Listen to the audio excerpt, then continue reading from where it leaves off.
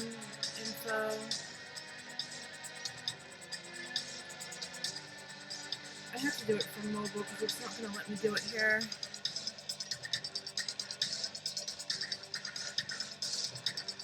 I don't know if anybody's here yet, but...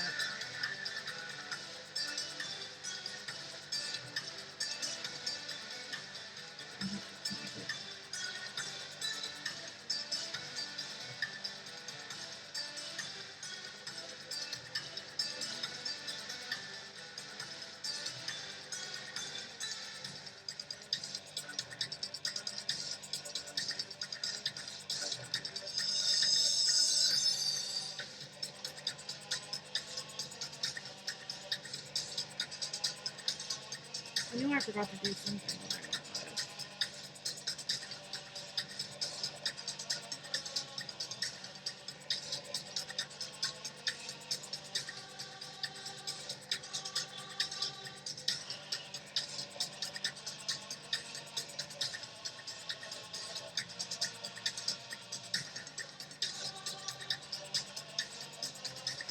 Okay, there we go. Now it's centered.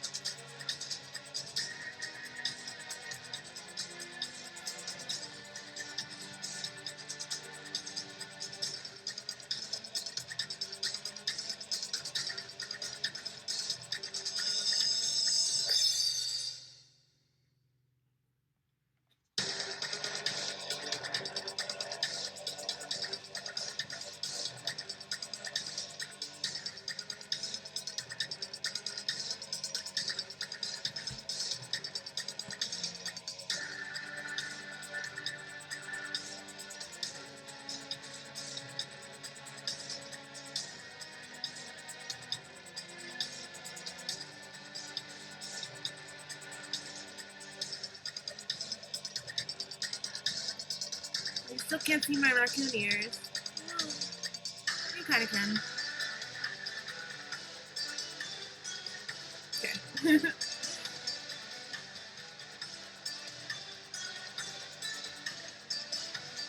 Oh wait, I should get my little plushie, shouldn't I? My little Sly friend. I'll do that. Hold on. Ooh, cover the webcam.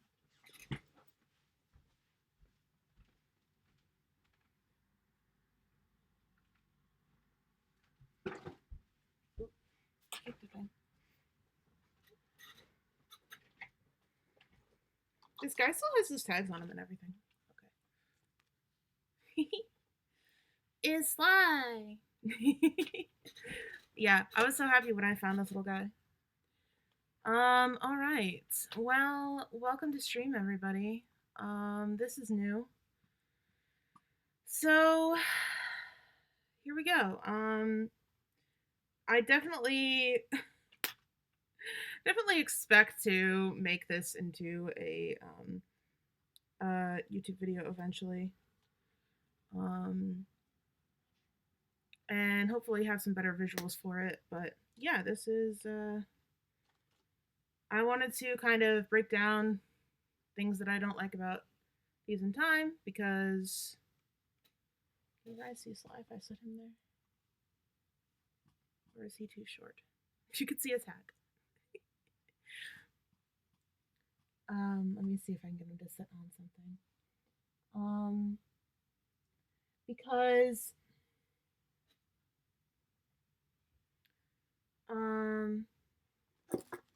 I don't know. There are people who don't like this game. And some of those reasons are because it's a bad Sly game. Which is definitely valid. I love that for us. We have Sly judging all us from all angles now. It's great.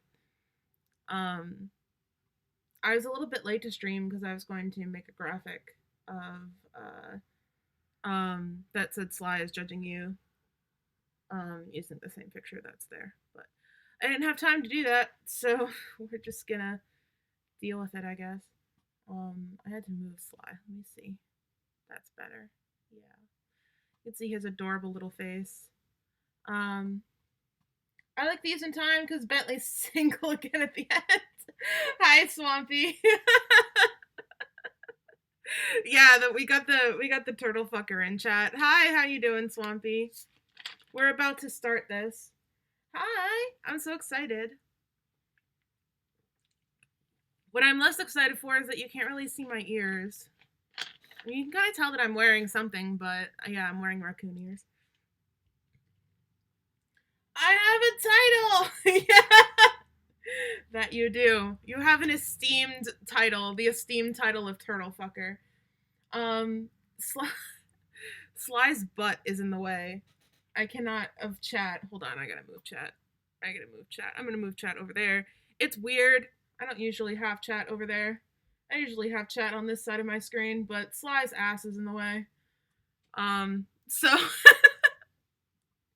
I think I reblogged something to Sly's ass blog the other night that was like, this is giving me more credit for ass than I have. So anyway, hope you enjoy that. He too thick. Sly has a pancake ass. All right. So obviously this gameplay is not mine. I don't have a PS3. I don't fucking know. So anyway, that's the guy who's actually doing it. I figured we start with the cutscenes, and then I kind of want to look at some in-game cutscenes as well. These are the cinematic cutscenes, which are the cinematic ones, the ones that are animated. So we'll take a look at those. It's gonna be laggy. I'm telling you that right now. I'm streaming from a laptop that is not the greatest. So yeah, I don't know. You can watch along with me if you'd like. I provided the link for you. So yeah, don't get mad at me. It's gonna be laggy, I promise. But I'm gonna try to keep the audio should still be good. And yeah, you guys are basically here just for me to trash this. So let's get started, shall we? Let's get started trashing Thieves in Time. I'm gonna hope that this has the opening cinematic, or the aka the only one that I've watched, which is the heist at the beginning, the mugshot heist. So I'm gonna hope that this one's included, but if not, we'll go on a hunt for that one. Busy life. Ooh, that was loud. Okay.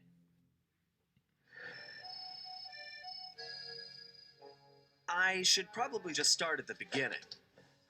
The name's Sly. Sly Cooper, and I'm a thief. From a long line of thieves. In fact, thieving is the family business. And business was good. Although, until recently, I considered myself. Okay, I have to stop this again. Right off the bat, what the fuck? Alright, I just want to say that I think the sort of over the top cartoonish announcing voice or announcing sort of thing doesn't really fit Sly's character. I don't know why. I just have a visceral reaction to it. I don't know. I think just like I don't know, maybe it's just like my perception, but I always think of Sly as being better spoken than that. Um like I don't know, very careful about his words. I don't know. Maybe it's just my perception. I just immediately hate that. But anyway, let's continue here. We're 28 seconds in, and I already had a critique, so this is not going to go well for the rest of the game. Self-retired. Having hung up my mask and cane, I was enjoying life on the other side of the law.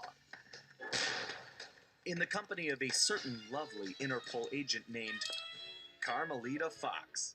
She and I had a history. Why do I... Okay, I'm sorry. I literally had to stop it again because Carmelita's design makes me want to vomit. I will say one of the things that I do like about this game is that Sly's design is quite decent. And Bentley's design looks okay. I don't think Bentley's design is the greatest. Yikes, then thinness. Yeah. Yeah, yeah, it's bad. The thinness is bad. Because I mean, I posted about this on Tumblr before, but like I think her body type is more like small fat, like 16-18 size sort of. It bothers the hell out of me. Okay. But so I like Sly's design in this. I think Sly's design is cute and charming and fun, and the animated cutscene is cute. But like everybody else's design, no. And like the ancestors look okay, because like they all look like Sly, but like no. Just my visceral reaction to it. I've made it! Ah, hello, Frostbite Faye. Welcome to the stream. I love your Sly plush, by the way. Thank you. Thank you so much. And Karm's tail is upside down. Oh my god, I didn't even notice. Wow, talk about game polish. Wow, wowee, wowee. Hello, Frostbite. Welcome to the stream. Yeah, I was laughing because thank you for the follow. I appreciate it. I'm like all messed up today. My chat is like over here because Sly's ass was in the way and I couldn't read it over there because I usually have my chat over there. Anyway, hey, thank you for the follow, Swampy. I was saying earlier that like 28 seconds in, I already had something bad to say about the game, so this is gonna be fun. Also, I do want to reiterate that this is not my footage of the game, obviously. I put the link somewhere up in chat a little bit. You guys should still be able to see it because there hasn't been a lot of chat right and left. Anyway, I'm gonna shut up. Which generally involved her trying to lock me up. So I should mention our current situation was only possible because she thought I had amnesia. I didn't. It was great to finally enjoy each other's company without a shock pistol being involved, and we quickly put the past behind us. But as time went on, the old itch came back. But you didn't! Okay. But you didn't. You already established that she thinks you have amnesia. Okay, so this game is technically supposed to take place right after Sly 3. Alright? So Sly is either the same age that he was in Sly 3, which is 21, or he was 22 when this game came out. This is gonna be great. Carm made the Amnesia Act. Yes. She made it up. Yeah. I mean, well, this is gonna be great. Yeah. That feel when amnesia. Sly was 24 in Sly 3. That is not what the wiki says. I could definitely be wrong on that, but I looked it up last night. The wiki, the Sly wiki says that Sly was 22, 21, Sly 3. I think, because he was 18 in the first game, and then 2 years had passed, so he was 20 in the second game, and then the third game, 1 year had passed, so he would be 21. Yeah, and of legal drinking age. Wow, Sly is a child. Um, but I say as a 27-year-old. I thought he was in his 30s. The so technically now, like if you're talking about like how old he would be in 2020, then I think he's like in his mid 30s. I want to say, because he was born in 84 ish. Carmelita is older. Carmelita was like 24. 21 in Sly 3. Yes, Swampy. That is correct. Yeah. So, and they just had the old itch line, so I have to talk about the old itch line, which I hate. I've said before on my Tumblr that the the old itch line to me sounds like like PG-13 cheating. I don't know why. I just have this like I guess because I read too much r/relationships. um but it just feels to me like somebody cheating on their partner, and it's like like to me it's just like the worst grossest feeling. um anyway, but let's see what else this And I nonsense. knew I needed to pull a heist. I should also mention that as a master thief, I only steal from other thieves. Yeah, sure. So it took me a while, but I finally found what I was looking for. My target was an upstart art mogul, a real hotshot collector. He seemed respectable, had even opened a new museum. But I could smell a rat. Reliable sources told me he was dealing in black market antiques worth millions. So I felt he should share the wealth. I was working on a plan when one night, as if on cue, Bentley showed up. Bentley was the brains of our operation, the mastermind. We grew up in the same orphanage where we bonded over stealing cookies, our very first heist. And we've been best friends and partners ever since. It's cute. The cookie We heist hadn't is seen cute. each other for a while, but I knew immediately that something was up. Yeah. Okay. I don't think I have much to say about that little sequence. I think Bentley looks like a child. I'm just gonna say that. I, that's okay. I Bentley looks like a child. I don't know if I like his design, but I don't, because he just looks too young for some reason. And like Sly looks very Sly looks like he's losing sleep here, which I guess he could be. Dude's got insomnia. Um, and that was I almost said Le Pew, but it's Le Paradox, isn't it? Um, I chalk it up to inherited kleptomania. Yeah, I guess. I guess. Even during his vacation in Sly 1, he stole things: Secret Files, Royal Jewels, Hollywood Star. True, but and I guess like you could say that. I guess you could say that, but to me it seems like very like I don't know. It seems like very unimportant considering that like he dropped his whole life for Carmelita. I don't know. That's me being a sentimental sap. I will say that 100%. But I don't know. To me it just feels like it's like a sharp veering off, especially because like as somebody else I think has pointed out about this game, like the reason why Bentley was like, "Hey Sly, we need to go back to," is because the Thievius Raccoonus pages are disappearing. Baby, I wee, baby. He didn't have to. He just did it. Yeah. That feel when Bentley will probably outlive his friends because turtles can live for a real long time. Okay, stop. I've seen that Tumblr post before. Ugh, it it doesn't bother me. It just makes me sad. What I think is like what I've always sort of thought about it. So I have two sort of ideas as far as that goes. The first one is that Sly is that Bentley is actually like dog years sort of idea. So like he's actually like much older physically. Um so that's like my first idea about it. My second idea is that this is sort of this universe where like animals are like people. Everybody has like the same age as far as like I don't know. Everybody lives in like human years, I guess, is the easiest way to explain that. Because then we don't have to worry about feels. I mean, turtles. I was thinking about it earlier today, actually, and I think that like it's possible that like some like for example, like different animal physiques are different. Like I was thinking about like weight for some reason because I'm me. The reason is because I'm me.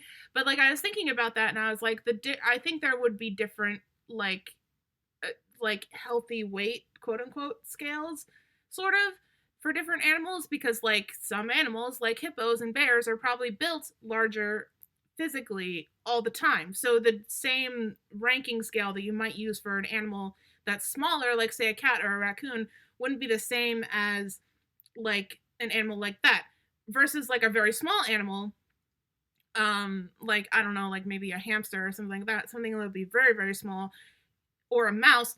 You can't have the same sort of like weight scale. You know what I mean? Like it seems like a bit.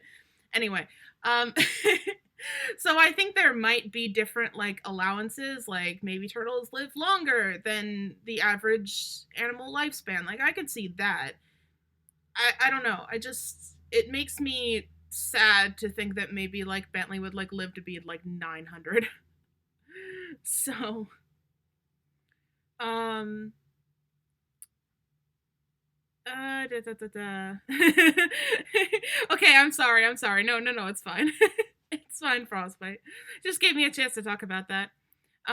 Good news. He can complain about Sly to Sly's great grandkids. I mean, he probably already will, to be honest. That's a fair point. Them living in human years. Yeah, that's kind of how I feel about like the Sonic the Hedgehog universe and Zootopia stuff like that. Box turtles generally live for 25 to 35 years, but have been known to survive for to over 100 years old. Wow. So yeah, Bentley is the same lifespan as Sly and Murray. Yeah, I didn't actually know that he was a box turtle. Thank you for informing me of that. Anthro-wise, back to Thieves in Time. Yeah, I know. It's gonna be a lot of pausing. I promise. Sorry. It's gonna happen. I'm gonna get mad when they start talking about the fat phobia shit. All right. Bentley had been enjoying his time off too, building a new lab from scratch with his girlfriend and fellow tech whiz, Penelope. Like, She had joined the team on our last caper, and the two of them had really hit it off. mm-hmm. Apparently, they just finished work on a top secret project when Penelope had simply vanished. Bentley was worried sick. He searched frantically but found nothing. Then, he noticed something that completely stunned him. In his spare time, Bentley had been researching the Thievius Raccoonus, the Master Thief's handbook passed down through the Cooper family for generations. Its pages overflowing with the exploits and secret techniques of my esteemed ancestors. Only now, those pages weren't so full.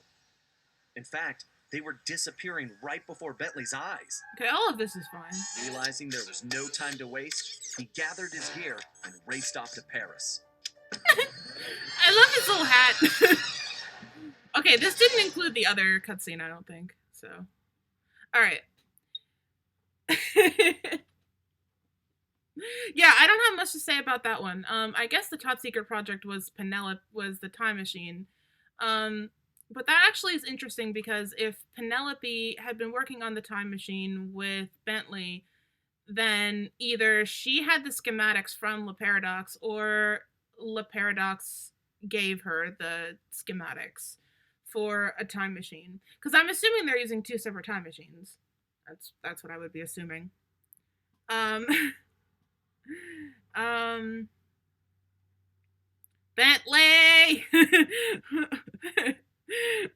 I don't know, for some reason I read that badly in like Sly's like voice from Sly 3 where he's just like Bentley help because he's being chased by Carmel Argent. Nobody knows. Wait, he wasn't in Paris? No, I guess not. I don't know where he would have been. Maybe in Holland? Because they showed because in the cutscene they showed that yeah. Let me just go here and pause this. Hold on. She had joined the team. on our last caper, and the two of them had there. really hit it. There, right here. So, you can see the airplane, right over here. And that looks like the Holland, um, set, from Sly 3. So maybe they went back to Holland? I don't know. It would make sense.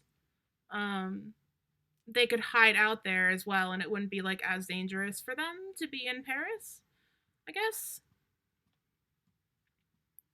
Um, Bentley's time machine requires artifacts, while Penelope the Paradox's doesn't look like it did. Oh, I see. So their time machines could definitely work differently. But that might be a trick because the Paradox had access to the artifacts way before the gang did. That is true too. Um, if we assume that the time, I mean, I'm probably going to have my own opinions about this, but if we assume that the time machines in this universe work the same, across all universes, then probably there were artifacts involved. Because otherwise, I can't imagine. I mean, like, it's pretty interesting that they use artifacts. Otherwise, I couldn't imagine how they would have gotten, such a precise sort of time period. Anyway, I live for the old Penelope design in, TIT style. Not gonna lie, that's true. Yeah, Penelope's style is pretty good too. I definitely like Penelope's design. I actually use this Bentley design for, references for Kennedy, my OC. The first thing Bentley did was track down Murray, the third in our trio. Murray was our enforcer, the muscle. Enforcer? What and the the fuck? guy who'd eaten all the cookies we stole back in our orphanage days.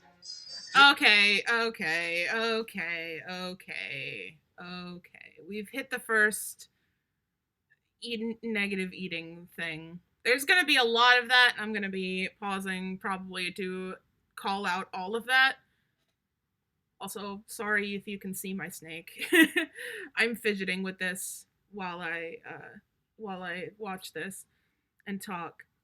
Lies. He shared those cookies. I agree. I think, I see. There's a lot of food negativity, which is one of the things that I was noticing while I was watching the, because I watched a bunch of boss cutscenes, boss cinematic cutscenes, for Sly 4. So that's kind of, there's just a negativity towards food. I'm gonna point it out every time it happens because that just makes me mad and it's latent fat phobia and, stop. Um, but yeah, he def shared. No, I know. I like that's the thing too. It's like Murray is like very like like all about the team. Like even more than like Bentley and Sly. I think like they're like he's very like team oriented. I don't know. I always see Murray as like very empathetic, um, like very like giving and feeling and all about that sort of thing. So I don't know, I don't believe it. It could be Sly just like misremembering or like making a joke or whatever. Maybe he ate the lion's share of the cookies. I don't know. But to me it doesn't seem right anyway. Through the years, the three of us have become an unbeatable team. I oh, also I forgot to pick up on the fact that Enforcer makes the Sly gang sound more infamous than they are. Or like, well, not infamous, but like evil, I guess. So were they like a mob? That's an interesting question because I never got that idea from them. um I was thinking about it today actually, that like the Cooper gang is more like a neutral sort of alignment. I don't know exactly where they would lay on like versus like where they would lie on like the neutral alignment, but it seems like they are sort of neutral, because they're kind of serving their own purposes as opposed to the greater good. It just sort of happens that way that like there is like the greater good. Also, fun fact: this is a nice. I believe this is a nice nod to, Octavio's original design. Because I've seen a couple of the, early demos of, Sly 3. So Octavio's like original design was like with this like white hair. So that's pretty interesting. And we were more like a family now than a gang. Yeah, family. Murray I had like been living his family. dream on the pro driving circuit. Oh, sorry, I'm reading chat now. Read, Sylvie. If I had any chance to rewrite the cutscene subtly, I'd have Bentley stress eat more than Murray. Yeah, exactly. I think they could all like. I think like stress eating is like a normal like coping response. I would imagine. And yeah, I think like Bentley and Sly would definitely be more stressed out than Murray. Bentley because like he's more neurotic. I think. Like more nervous as a person in general. Probably has a higher level of anxiety than the rest of the gang, and also Sly because like his literal ancestors are disappearing. Although I would also imagine Sly would probably go the opposite direction, and just not eat anything at all. But I made a post about this too, that like even if we're going with the canon like that Sly had an eating disorder. Sorry, I'm itching my leg. I'm disappearing into my camera. Um, Even if we're going, if even if like Sanzari like wanted to make a point that like Sly has an eating disorder or whatever, which is not the point, but even if that was like the stretch that like they used to explain Sly's negativity towards food, that's not how it works. Like I have an eating disorder. Like that's not how it works. I don't judge what other people eat. I judge what I eat. Like when I'm in the throes of a relapse, like I'm not paying attention to like what other people eat. I don't care. I don't tell other people not to eat just because I'm not going to, or I don't judge somebody for picking up a food that I might not want to touch. Like that's not what eating disorders are. It's a mental disorder. It focuses on yourself. Anyway, I should have put a trigger warning before all that. Sorry guys.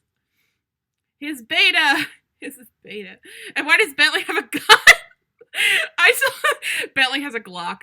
I def headcanon that as a whole they're true neutral to neutral good. Yeah, that seems fair. Their criminal actions have a ripple effect that benefits the public. I agree with that. Because they go after villains for their own goals, but on the side they do liberate areas that are under that villain's tyranny. I agree with that. Yeah, I think they do help out the community, if only by accident.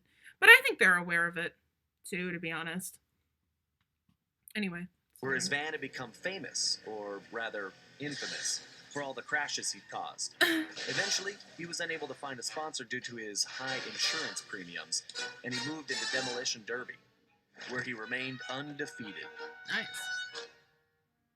When Bentley showed up, however, Murray dropped everything to help out. Especially when Bentley explained that his van was the key to the whole plan. With Carmelita distracted by a new assignment, I took the opportunity to slip away and met up with the guys at our old Paris hideout. Okay, listen. I watch way too many police procedurals to believe that if Sly is like actually a legitimate, like, because his job at the end of Sly 3, Carmelita called him a constable. If we're going by like the sort of European sort of system, because I think that's easier than the American system. The American system is like totally fucked up, and the names for everything don't make sense. I know this because I researched it. But in Europe, a constable is like on a pretty low rung. Like they're not like inspectors or detective sergeants or like chief superintendent. The chief superintendent is kind of like the highest one, but they're like not unimportant. I guess they're the ones that kind of like walk the beats and like stand guard at crime scenes, things like that. So if Sly was working as a constable, even if he wasn't Inspector Fox's constable, he'd still be on call for a lot of it. I'm just saying that's like a logical fallacy there. Agreed, and I'm American. I'm American too. Hey, welcome to the Americans. Trump fucked us over. Yay. Okay. Bentley launched into one of his Why? Why would he do that? Okay, why? Merca. Okay. That makes me angry. Why would that be the response? Mm. Why would that be a good response? Also, I'm drinking soda. This is a bad idea because I'm gonna like burp so much. Sorry. The whole scary picture. Someone or something was literally erasing Cooper history. Then, to our amazement, Bentley revealed that he already had the solution: time travel. It turns out his top secret project was constructing a time machine. Murray can snap And bones with now those he hands. modified the design to fit Agreed. into Murray's van. We were going to travel back in time, stop those responsible, and fix the damage they'd done. Bentley Sly be explained the ripped, only though. catch was that in order to travel to a particular time, the machine required an object from that era. We knew from the changes to the Thievius Raccoonus that our first stop was feudal Japan. So here we were, about to steal a priceless 17th century samurai dagger from the same museum I'd been casing. Funny how things work out sometimes. Okay. That's fine. I think that's fine. I think that's fine. I don't have a problem with it. Sly was weirdly buff in that moment. I agree. I agree. That I think I think why I like Sly 4's design, specifically Sly's design for Sly 4, I don't really like Murray's at all. Um I yeah, it's buff. And I mean like okay, I think Sly is built sort of like a gymnast, so I would imagine him to have like low body fat and high muscle. So that would make him look like with buffer arms and he's probably pretty lean as well. So like thinner around like the armpits area. Um that sort of thing. If you've ever like looked at a gymnast's body, that's that's such a weird fucking thing to say, but like listen, I've studied things, okay? I study it. I study these things because I'm weird, okay? Shut up. But like I could see him being like a little bit buff, but yeah, that's kind of lean muscle, I feel like more than like big strong muscle. Anyway, on to the next. Well, what else can I say about Carmelita? As you can see, our Her tail is relationship still upside down. Okay. complicated.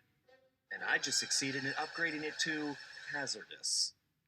I certainly wasn't expecting her to crash the party. She'd been so busy with her latest case, I never thought she'd have her eye on me.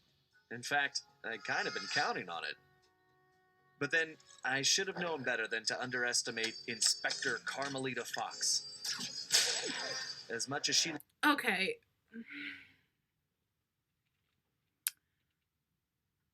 Interesting. Interesting. And I'll tell you why I find that cool. Because I sort of had this thought about Sly 4 as like playing as Carmelita being sort of dumb-ish, that she like fell for it again, sort of like in Sly 3, where she kind of like fell for Sly dancing with her at the no, that's not Sly 3, that's Sly 2, sorry. I think the game's mixed up. They look similar to me in my head. Sort of like that sort of thing, which I was like not about. But I find it cool that they actually did sort of like make her suspicious of him. But again, like talk to each other. Why not? Why not? I mean, I know this is like a kids game and like I get that, but talk to each other. I don't understand. Um oh god. Murray's palette is weird in this one. He's darker purple than the OG pale pink. Although I would say that I think Murray's color palette has been kind of similar throughout all the games. At least as far as within a few shades of each other. I think after Sly 1 he got like a little bit of a darker coloration. But that could just be my visual differences. Imagine how if Sly had Mugshot's body type. No! No. Carmelita, you destroyed your own job's private equipment that are important security monitors. She's got a temper, I guess. That's her main character trait. In Sly 1, he was bright pink, yeah. And then I think he got like slightly more muted pink in other games. Yeah, I'll have to look at Murray again because I wasn't paying attention. But that's a good catch, Swampy. She liked having fun. Carmelita was serious about her police work. I don't like the pink And car. now I had a lot of explaining to do. But the plan was in motion, and there was no stopping now. Even though I was thinking I'd need the time machine just to patch things up with Carmelita. Before the heist, we'd recruited our disco-loving, scuba-diving friend, Dimitri Listeau, to look after the devious raccoonus. Because it was irreplaceable and the only guide we had, it was far too risky to take the book through time with us. Bentley had even invented a communication device to allow us to contact Dimitri no matter where or when we traveled. It was a perfect situation, since it allowed him to update us on any changes to the book while limiting our exposure to his fashion critiques. Everything was happening so...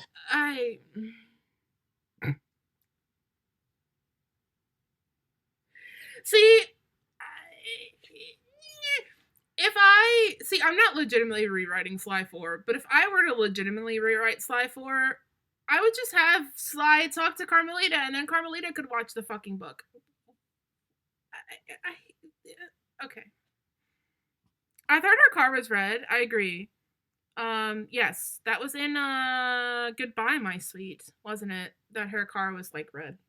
Yeah, I like that better for her. I don't like the girly pink. BRB. Okay, Swampy. I stand Stinky Dimitri so hard. Dimitri is very, very stinky. Oh my god, Stinky Dimitri. With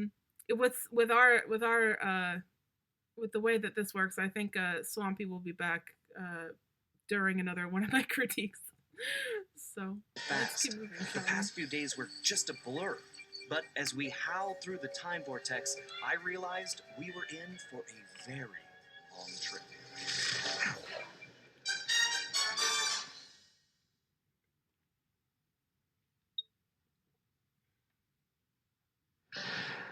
We needed to locate Ryuichi Cooper, Master Ninja, and Master Chef. According to the Cooper clan history, Ryuichi Cooper was actually the inventor of sushi. After creating this delectable dish, he opened a sushi restaurant, which, while very prosperous, also provided the perfect cover for a ninja. When we got to Japan, it was obvious something was very wrong. What should have been a peaceful village was more like a heavily patrolled military base. We located Ryuichi's sushi restaurant only to find it shut down and under guard. Anime was a mistake.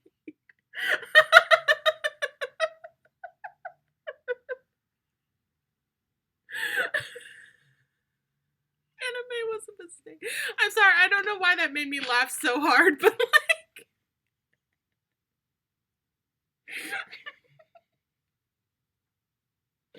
I'm sorry, I don't know why that like made me laugh so hard.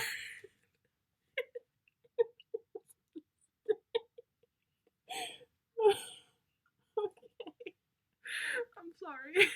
Let's continue. Things got worse when Bentley discovered that Ryuichi was locked up in a new high-security jail, allegedly for serving bad sushi to the shogun. It all sounded like a pretty tough piece of fish to swallow. We needed to get to the bottom of the situation, and the first order of business was getting Ryuichi out of prison.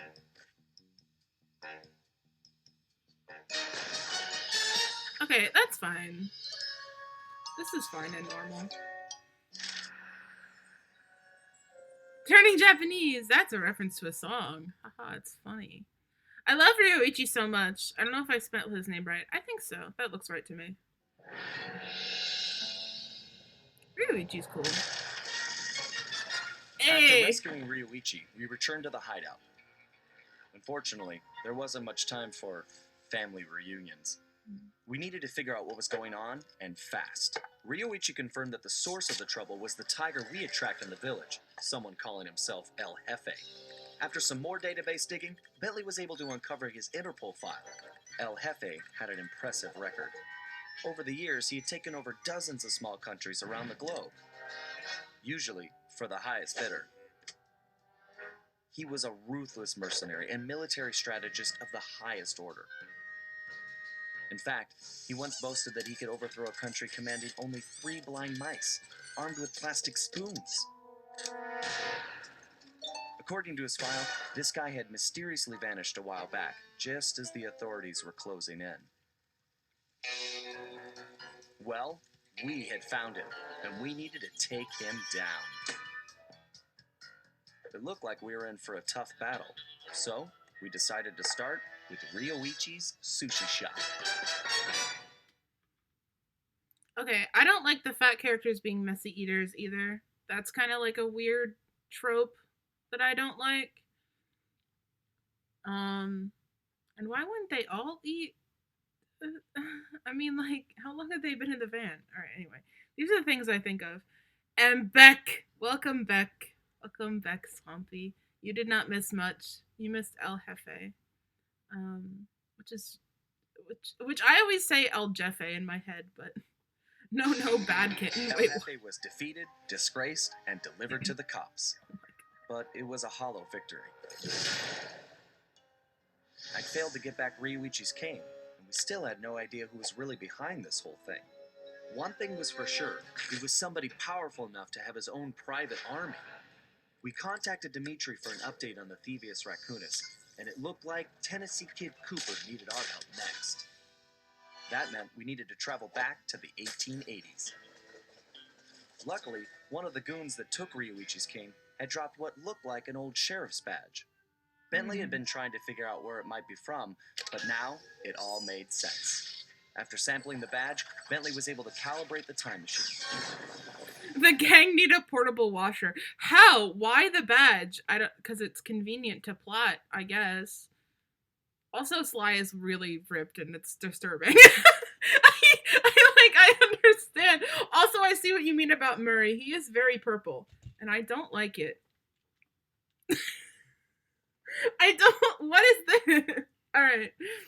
This is the most serious Sly has ever been in my entire life. Alright, we're gonna look at, I've decided, we're gonna look at some gameplay shit.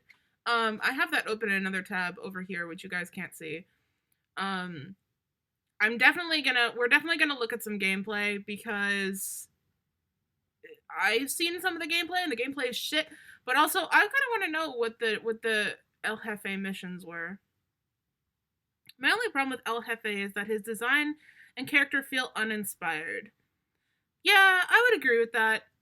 Although I think there have been some sort of lackluster Sly villains in other games as well.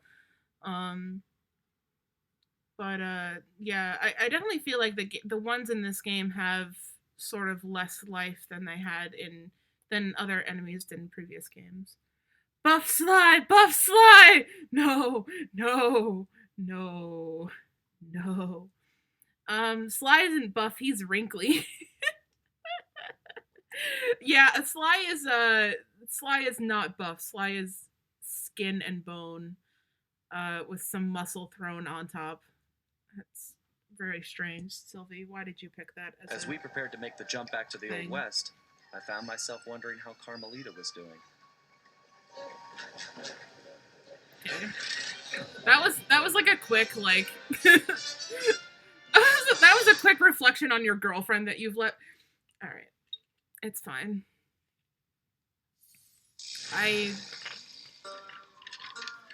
Whatever. Also, I don't like the fact that Carmelita is just called the girlfriend. We arrived in the Wild West, looking for my ancestor, Tennessee Kid Cooper, a legendary outlaw whose bank robberies were some of the most daring in Cooper lore. Catboy and Night Cooper are my faves. It took some time to locate him, but we eventually found him. Yeah, I like Sir Galler. In prison. His arrest was the handiwork of the local sheriff, who had celebrated by posting his own picture all over town. Talk about an ego. What do you mean? Okay, hold on a second. What do you mean, ego? This is kind of like that thing where Sly gets all salty about the guru like wanting his moon. Seriously, you won't leave without your gear? Sly, your entire identity is based around your cane, and you would sob and cry if that thing got used for kindling, okay? I'm sorry. An ego. Sure. Okay. Sly doesn't have an ego, surprisingly. That is one thing I can say about this Sly. Yeah, he has an ego. Yeah, this one definitely plays up the ego. I posted about this before on Tumblr that I don't think Sly has a genuine ego. I think a lot of it is played for show, and I think you can tell that. Definitely in Sly 2 and Sly 3. But yeah, they played up the ego for this one. Boy, let me tell you. You know, okay. This Sly rewrite kind of reminds me of the Sonic rewrite for Sonic Boom, where like they just took Sonic's ego and just like blew it out of proportion. So that's what this feels like to me. It feels like that. And I'm not happy about it. I'm really not happy about it because I feel like it's excuse me, not an intelligent rewrite. Like you can rewrite Sly Cooper if you want to, but I don't know, just giving him an ego I don't know. Sly is more confident than egotistical. I would say yes. He only gets butthurt at most when it comes to the ancestors and Karm. Yeah. Yeah, I would say that the that's a good point. The emotions are not there. Which is a big part of like I think Sly's growth. Cuz like Sly 1, Sly was very like, you know, it's sassy and like a little bit snippy at times. But like as Sly 2 and Sly 3 go on, it's like he becomes more emotional and more like caring and genuine and like actually like, you know, I mean like he was like, "No, I don't want to go to the Cooper Vault on my own. I want my friends to come with me, like my brothers, my family." It's like I can't connect Sly 3's Sly with this one. It's just not an easy connection. Tennessee out of jail. But after some furious calculations, Bentley determined that the best way to do that was from the inside. The Chaos For the Emerald. first time in my career, I was going to have to let the law catch me. This could be a I'm sorry. The first time in your career. I mean, listen. All right. I get it that he never actually like went to jail, but this is not the first time he would have been arrested. He was arrested at the end of Sly 2. Okay, Sansaru. Okay. real challenge.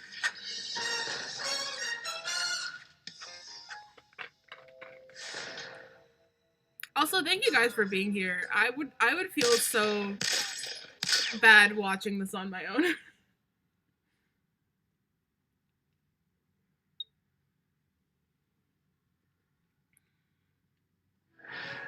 Somehow, we had managed to survive and make it back to the hideout. Once there, Tennessee gave us the lowdown, how he'd been planning the bank heist that should have gone down in Cooper lore as his masterpiece, only to have a mysterious new sheriff arrest him before he even reached the bank. Curiously, the robbery still occurred, and all the bank's gold was stolen. Tennessee was charged even though he was already in prison, and the gold Of course, this was is so never fun. recovered. Oh, I'm glad you think so. Of course, he had a strong suspicion it was Sheriff Toothpick himself who had stolen the gold and framed him. And after a little research, there was no doubt he was right. Bentley was able to uncover plenty of information about the sheriff. I like Bentley's Although he design changed better his now. appearance Now that somewhat, I've seen it more. Toothpick was a two-bit gangster from present-day Eastern Europe.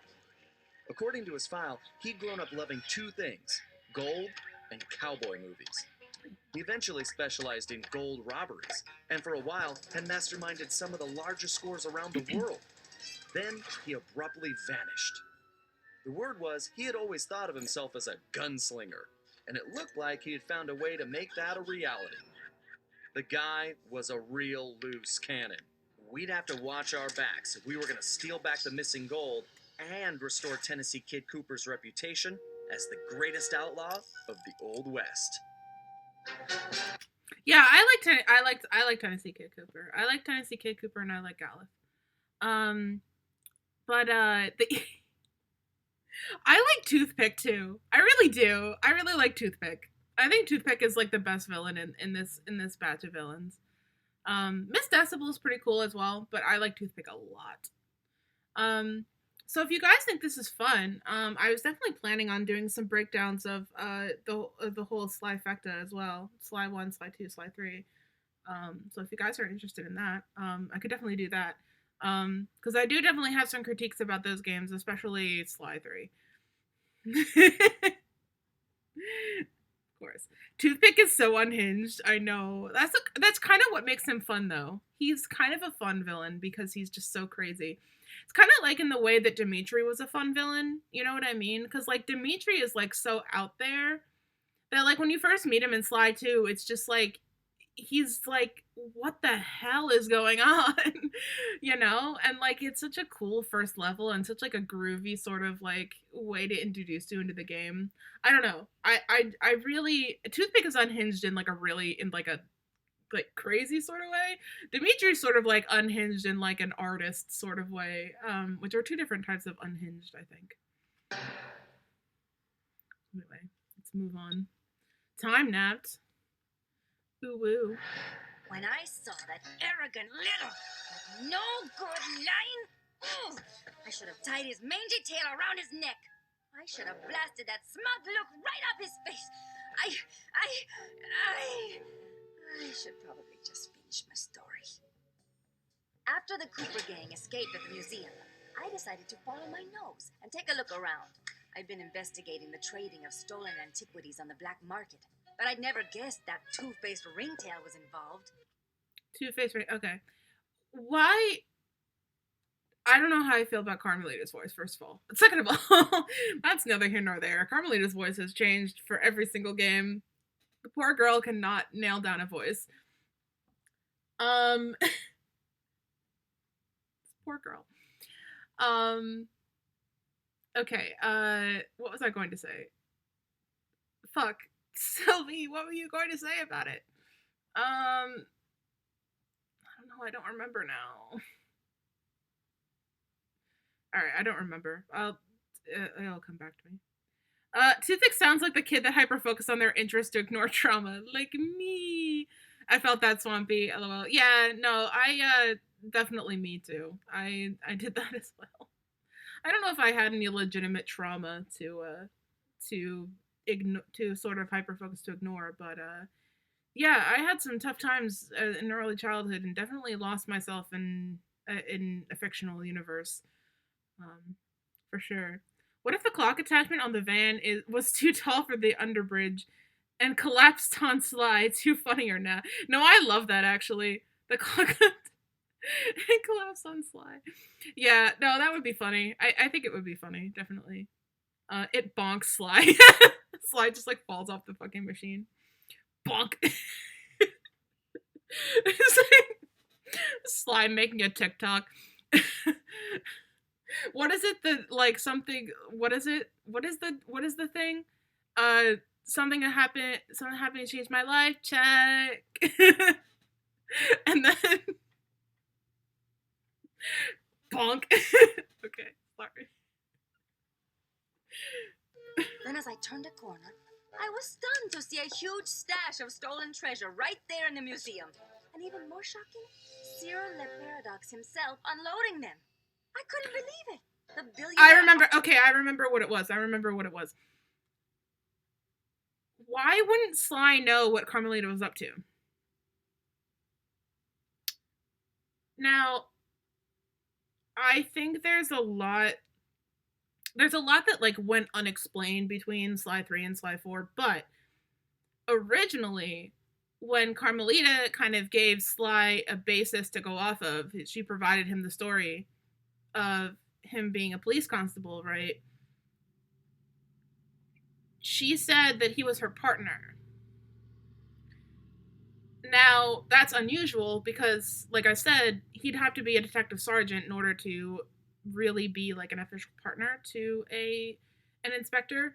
But if he was her bagman, which is basically just phrase for partner, essentially, then that would make sense and that would be okay. Like, inspectors can pretty much choose their own bagmen. They don't have to worry about rank, really, not necessarily. They really should be detective sergeants just because of the experience thing, but whatever. We'll let it slide. In Endeavor, they let it slide too, which is another police procedural. I watch way too many of these things, I promise you. So why wouldn't if he was still her partner, first of all, when would he have time to sneak away? Second of all, why wouldn't he know what she was up to? Like, even if like they were officially dating and weren't allowed to be like partners anymore, right? Which could happen, should happen, nepotism and all that, right? Like, Carmelita's a workaholic. She would have brought her work home. He would have known what she was up to. Unless they were really that suspicious of each other the whole entire time. Like, unless she was suspicious of him for a whole entire year or less. You know? Like, unless she was, like, really suspicious of him. But, again, it doesn't make sense between Sly 3 and Sly 4. She was ready to believe the amnesia story. I don't understand. Okay, I'm gonna read chat. Kara's surprise right there is an extreme pet peeve of mine. She knows there are unjust people that can abuse power. She arrested Dimitri for fudge's sake.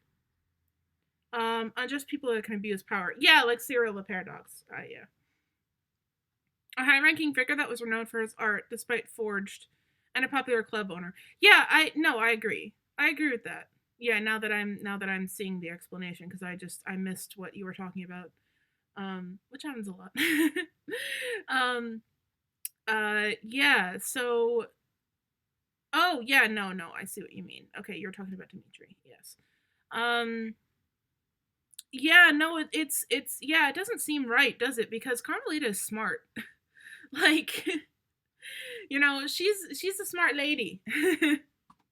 You know, she knows her stuff and she would know that, like, she would have had suspicions about somebody. Okay, whatever. And there's no way that anybody in Interpol would have, like, left Cyril the Paradox, right? Like, really? Unless, like, he was buddy with people in Interpol, which could happen. Like, Interpol could be corrupt, for all we know. But, like, I mean, the Contessa, hello, there are definitely some problems in Interpol, for sure. But, like, really? I don't know. It's beyond belief for me. Art collector and museum. And the Paradox, a high-ranking figure that was renowned for his art museum, despite stolen goods and popular aristocrat. Yeah. No, okay, I see. Yeah, see, Carmelita's smart. Like, what? And Interpol, see, again, it's the writing is bad because there's not a lot to be. There's, like, so much just left unexplained, and, like, that was the thing that I took away from, like, watching the cutscenes, because, like, Sly cutscenes are, like, not super big and involved and whatever. It's fine, but they always they always, like, provide a pretty good explanation from game to game, like, about, like, what's going on and, like, what happened in the Interium, and you know enough by the time you begin. I don't know. Whatever. Museum patron was behind this? I was so surprised that by the time I reacted, his goons already had me covered. Then that slimy sawed-off runt. That's another thing, too! Carmelita's a shoot first, ask questions later person. Why would she not have been ready? Also, she was ready to apprehend Sly. Like, she was, like, already had her weapons drawn, like, ready to apprehend Sly. Why? I don't know. It's small brain writing. It is. Like, that's what I'm saying. People are like, oh my god, crying for Sly 5. No. The fans could do it better. Fans have done it better. Thrown into some vile machine. And the next thing I knew, I was playing cowboys and criminals. The Old West, time travel, it was completely loco. Sure, Le Paradox. She wasn't cornered, she was surrounded. Yeah, I guess that's fair. But still, I don't know. I don't know. I think Carmelita could deal with it. She dealt with the Vincent Eddie goons in Sly 3, like, almost single-handedly. I mean, she had backup, but, like, she dealt with the Vincinetti goons almost single-handedly, and like I don't know. I feel like Carmelita could handle herself, at least to not be taken by surprise. You know what I mean? Had done some time in his youth, but he'd been squeaky clean ever since. And Interpol. Where did her gun go? I don't know, dude. She put it in her holster, man. It's our cannon now. Agreed, Frostbite.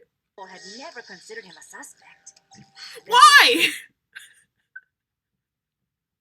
Why would Interpol not consider him a suspect?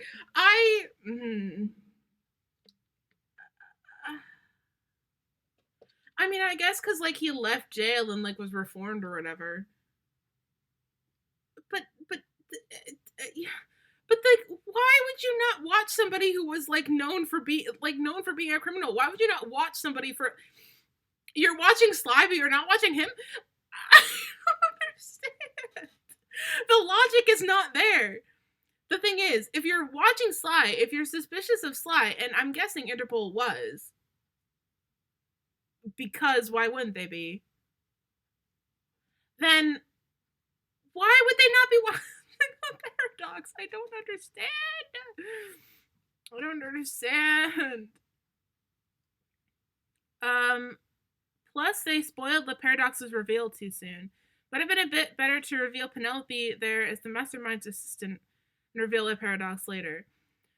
Oh, that's a good point.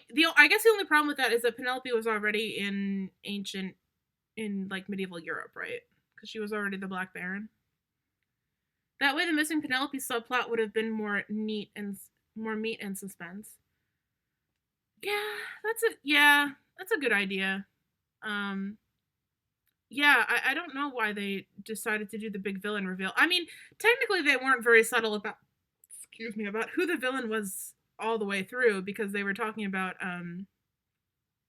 because they like when they showed like El Jefe, they like, you know, have him handing the world to Le Paradox. So they weren't like too subtle about who the villain was anyway, but it's still like making you guess, I suppose. Because then Bentley would be torn between thinking Penelope was forced to do it and then the reveal that she decided to do it freely. Yeah. Small brain writing counter, like 5, yeah. I cannot wait to edit this into a YouTube video because we're gonna have a counter for that one for sure.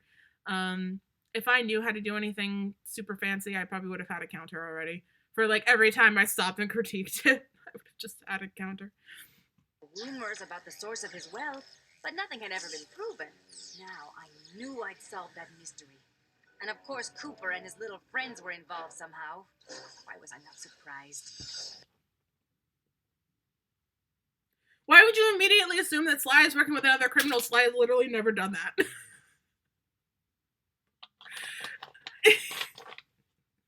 Small brain. Small brain. Like anything to not reveal the Paradox too soon would have been better. Exactly. No, I agree with that, Swampy. Bruh! No. Why would you say that?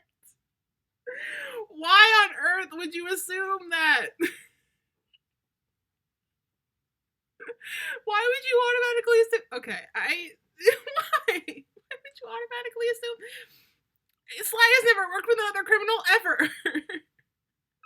It's always been like a gang. It's always been the Cooper gang. He's never worked with another criminal. The only time that you could say that he worked with another criminal was like, besides like the ThiefNet stuff, if you want to like get technical about that. And whatever, like technically if you want to count the ThiefNet stuff as like him working with other criminals, like, okay, fine. But that's like minor stuff, basically. It's like eBay for criminals. It's minor. Let's be real, guys. But the only other time that like the gang has like, you know, contributed anything to the gang of other people was when they traded a ruby for a bomb in Sly 2.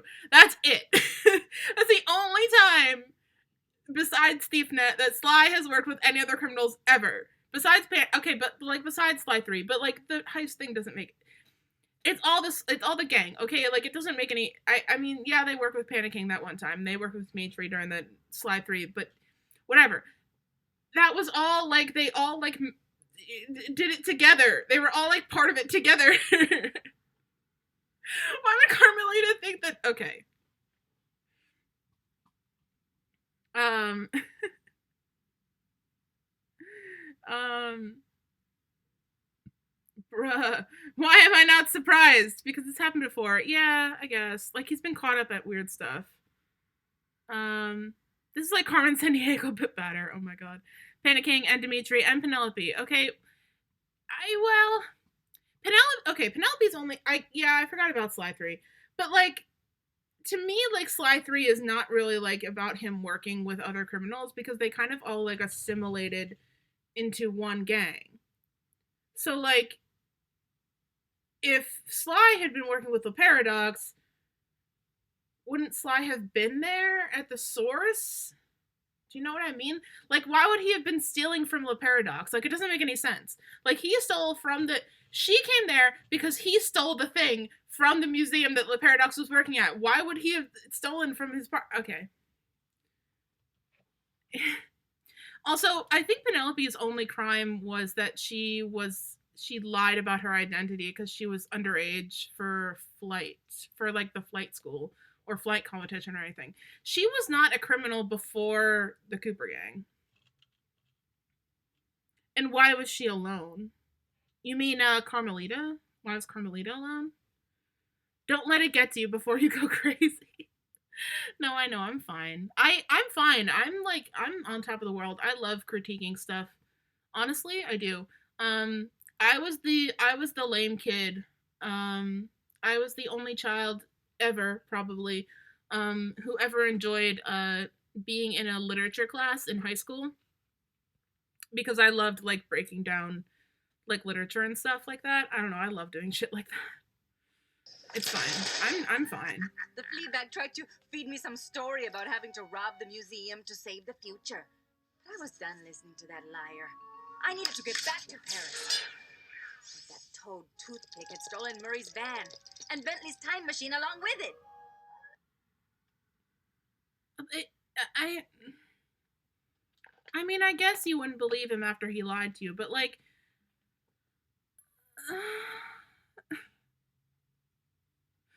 okay.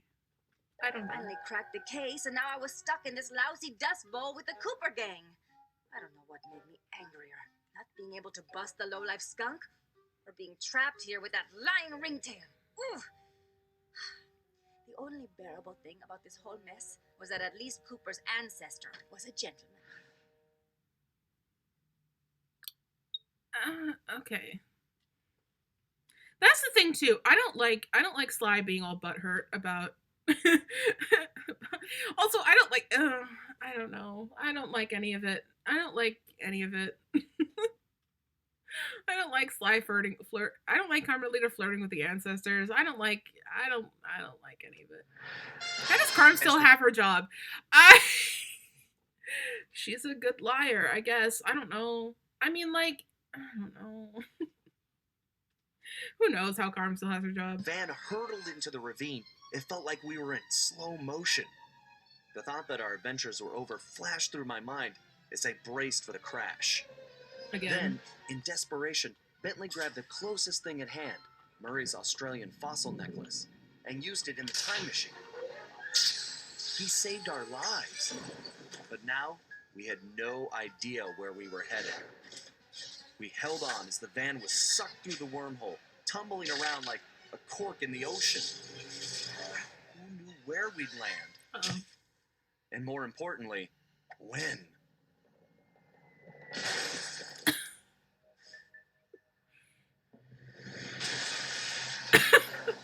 Okay. What? That was the most cartoonish. Okay.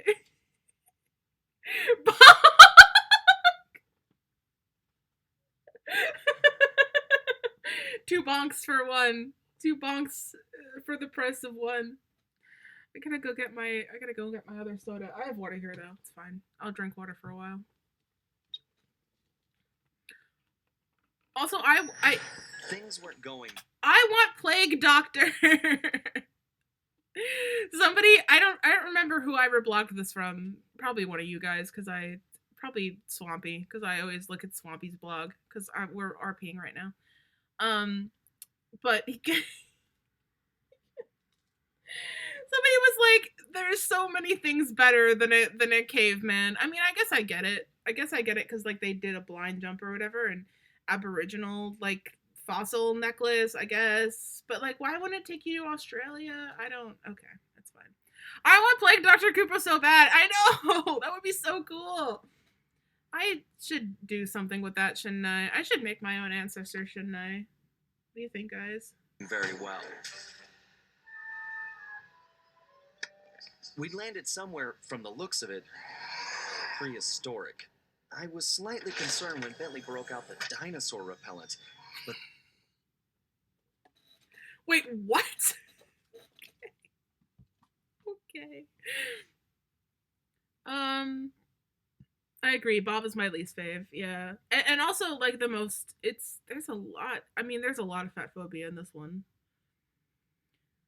She's not even a straight cop anymore, and Interpol knows it. She aided a criminal multiple times, broke protocol, destroyed private and public property, lost several chases after the Cooper gang, and covered for Sly and knew full well that Sly didn't have amnesia. Did she? That's the question. Did she know that Sly didn't have amnesia? I think that's the thing there. And I think it's the same as in Sly 2 when she was dancing with him. Like, the way that I view that is that she had her own, like, plausible deniability. Like, she sort of maybe was like, maybe this is Sly Cooper, but maybe she wanted to enjoy the dance anyway. It's that plausible deniability where it's like, well, I could say that I didn't know it was him. And it's the same with, like, I didn't know if he had amnesia. Or did she believe that he had amnesia? I don't know. It's hard to say. The game doesn't give us any writing to suggest that she did or didn't believe it. It's just that she was suspicious of him, maybe, or maybe she just happened to watch the cameras at the right time. You know what I mean? There's nothing to suggest either way. So you could really go either way. He had a concussion, for fuck's sake, Carmelita. Well, I mean, that ray was like pretty powerful, so it could have been, like I said, we don't know. The game doesn't give us any details about that. Fan ancestors are in season. Hell yes, hell yes. Did he even get medical attention? Probably. I would say that was probably the first thing. She made the amnesia cover. No, I know she did. I know she made it up.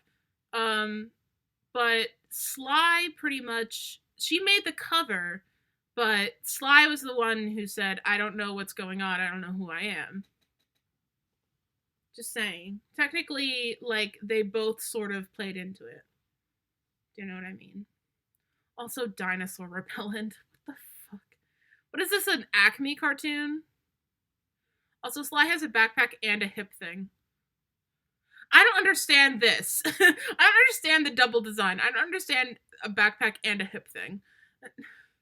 I don't. Okay. that was the least of my worries. The crash landing had damaged the van, so the time machine wasn't working properly. Not only was traveling back to Paris impossible, but we couldn't even raise Dimitri on the transceiver.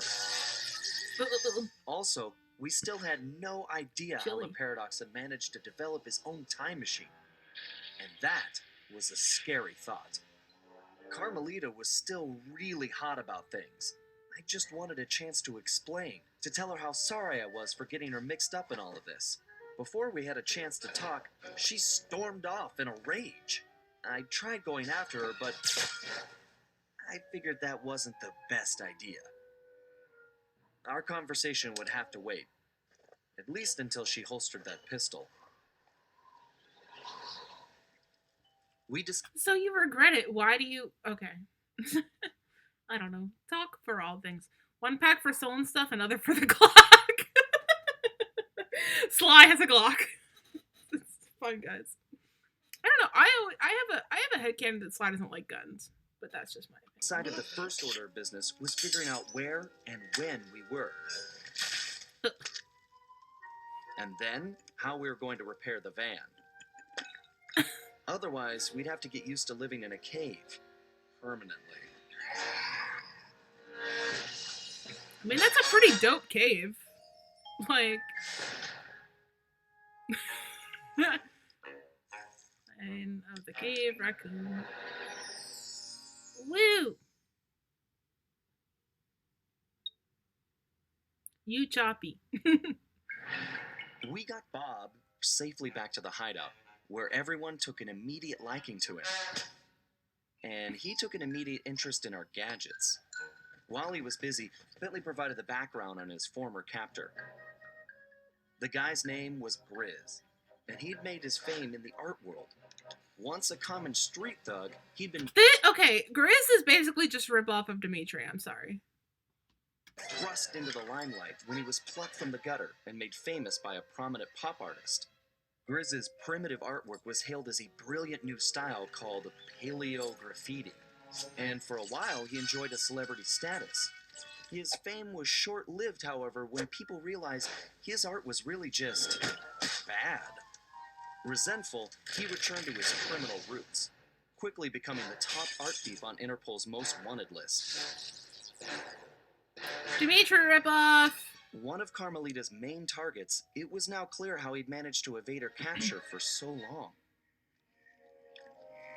After we pried Bob away from Bentley's tools, he explained how Grizz had appeared and started harvesting all the pterodactyl eggs in the area, eliminating his role as food provider for the tribe and greatest egg thief ever. Depressed, he'd gone into a slump and gotten out of shape. That is my fat phobia scream. Which allowed Grizz to capture him and take the new tool he'd invented to help him steal eggs. I guess I get it, but like, why? The overeating thing just bothers me. Okay. Yogi Bear motherfucker. Dimitri was better. Dimitri deserved better. So it looked like the very first I Cooper returned candy via had been mobile! stolen as well. Hello, Swampy. You missed my fat phobia screech. Welcome back. Great. I'm so We may sorry have about rescued Twitch Bob Mobile. from the arena, but we still needed to find out what sort of operation Grizz was running for La Paradox, and why it involved stealing all the eggs. We also needed Bob's help to find the rest of the van parts, and that meant we had to get him back into climbing shape, fast.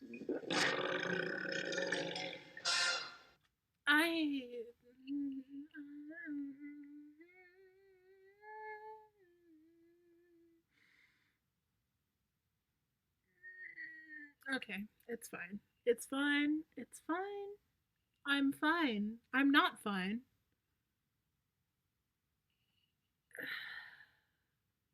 Okay. The way they could have done it, which would still be kind of bad, but I think it would be better, is if Bob decided that he liked the taste of like modern food and like his body couldn't handle it and started getting sick from it, because if you're from a different time period, then I could see like different times foods, like if you're not used to like eating like stuff with like processed stuff in it, I could see how that could be a problem, because your body is just, it's kind of like what happens like if I eat something that I'm sensitive towards, it's like my body just can't handle it. Or like somebody with allergens, like your body just can't handle it. So I could understand that sort of thing, and like I could understand like why maybe they would need to like retrain him and get him back to eating stuff that like is from his own time period. I get that. Like I still think it would be kind of like sort of bad because processed foods don't make you fat, but like I mean, I don't know. It's food is food and whatever, and there's a whole like I could go on and I could talk about it forever. But just I don't know. I don't know. I don't know.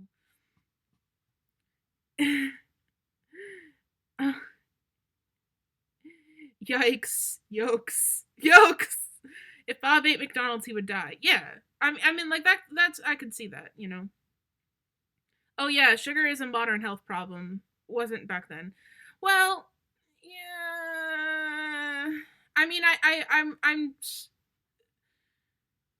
I hesitate to make any food the enemy because really like the foods that people eat like can contribute to weight gain, but it's not like always the sole problem, I guess I could say, to be the most diplomatic about it.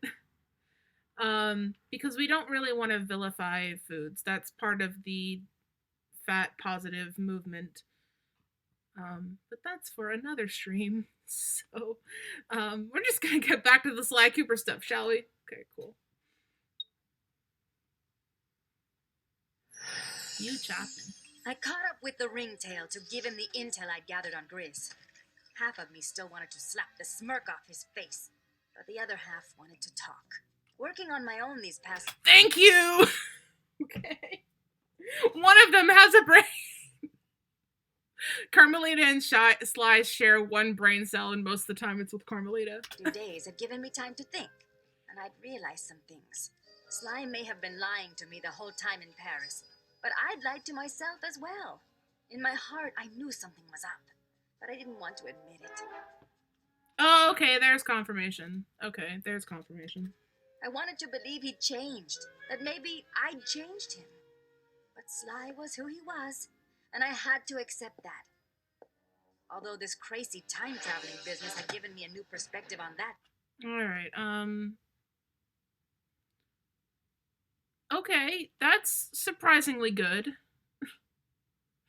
I don't think it's great, but it's good. I think that's a good take. Hell yeah, validation. There you go. That too. In the past, I'd always chased Sly, arriving on the scene after the fact. But now that I'd fought alongside him, with Bentley, Murray, and his ancestors, I had to admit a newfound respect. We aren't really so different. We both fight for justice. We just do it from opposite sides of the law. The question is, can I live with that? Honestly, I don't know. But for now, perhaps it's enough that I see things more clearly, and that we have a common enemy in the Paradox. Because I am not going anywhere until I put that stinking weasel behind bars.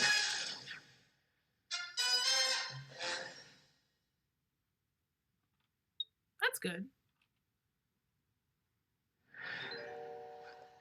Carmelita had cooled off a bit, but she hadn't forgiven me yet, and I really couldn't blame her.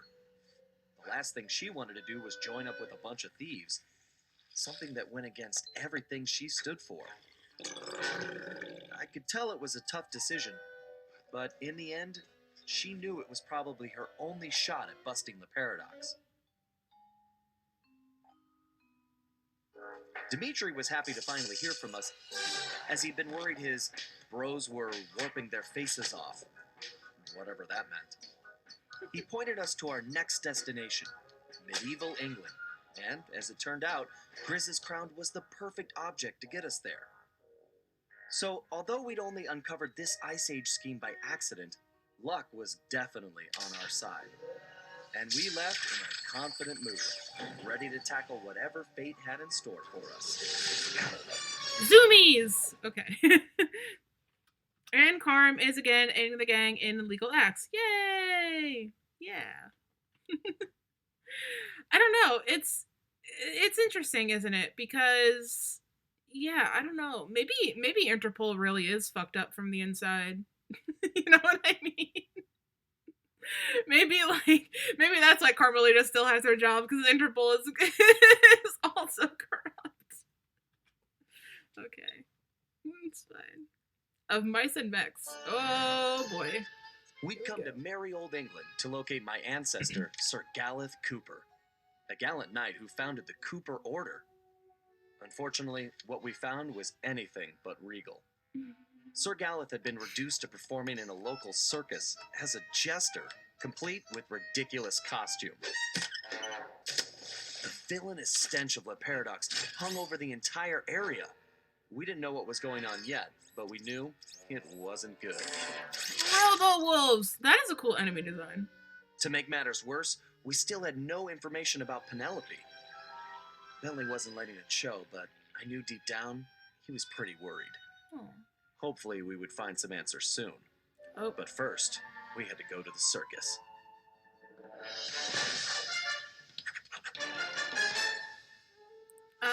I could believe Interpol is corrupt. Well, real life Interpol is only dignified librarians. Yeah. Okay, hyperfixation time. Oh, yes, please share. Share the hyperfixation. Because I think there is such a thing as international police, but yeah, please share. And yeah, I think I started to get that feeling after Sly 2. That Interpol wasn't exactly above board because why would they let because presumably Rajan went to another prison, right? Not the same prison that Sly, Carmelita, and Murray were taken to. So why would Interpol be like, oh yeah, sure, take these prisoners to this one prison, but take Rajan to like a normal prison? You know? You know what I mean? Hang on. Okay. Should I play another thing? Okay, I'm back at my laptop. Poor Swampy. Should I play another thing in the meantime? So the dragon. Oh, yes. Tell me the dragon. What dragon? What dragon? Dragon. Tell me the dragon. I'm so excited.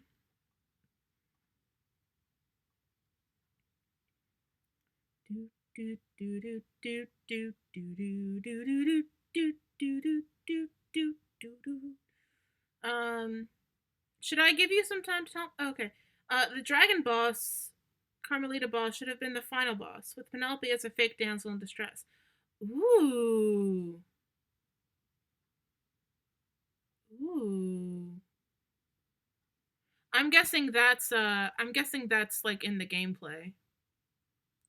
Ooh. I'll have to check that out. Like I said, I do want to look at some gameplay. So if you guys are more familiar with the game than I am, which is to say at all, let me know if there's any specific instances you want to particularly look at. I definitely will look at the dragon boss battle. I think that should be pretty cool. Then when Sly defeated the dragon and got trapped by fallen debris, then Penelope could have revealed her betrayal.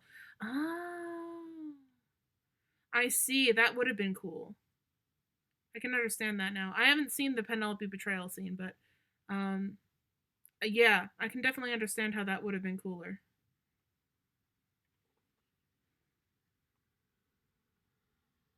Okay. Once Sir Galeth calmed down, we returned to the hideout and got the whole story. The surrounding area was held in the iron grip of a fearsome Black Knight. His origin was a mystery, but his power and technological might was impressive. He'd left the dragon monster with the giant mecha which knight. Patrolled tirelessly and without mercy. Yeah.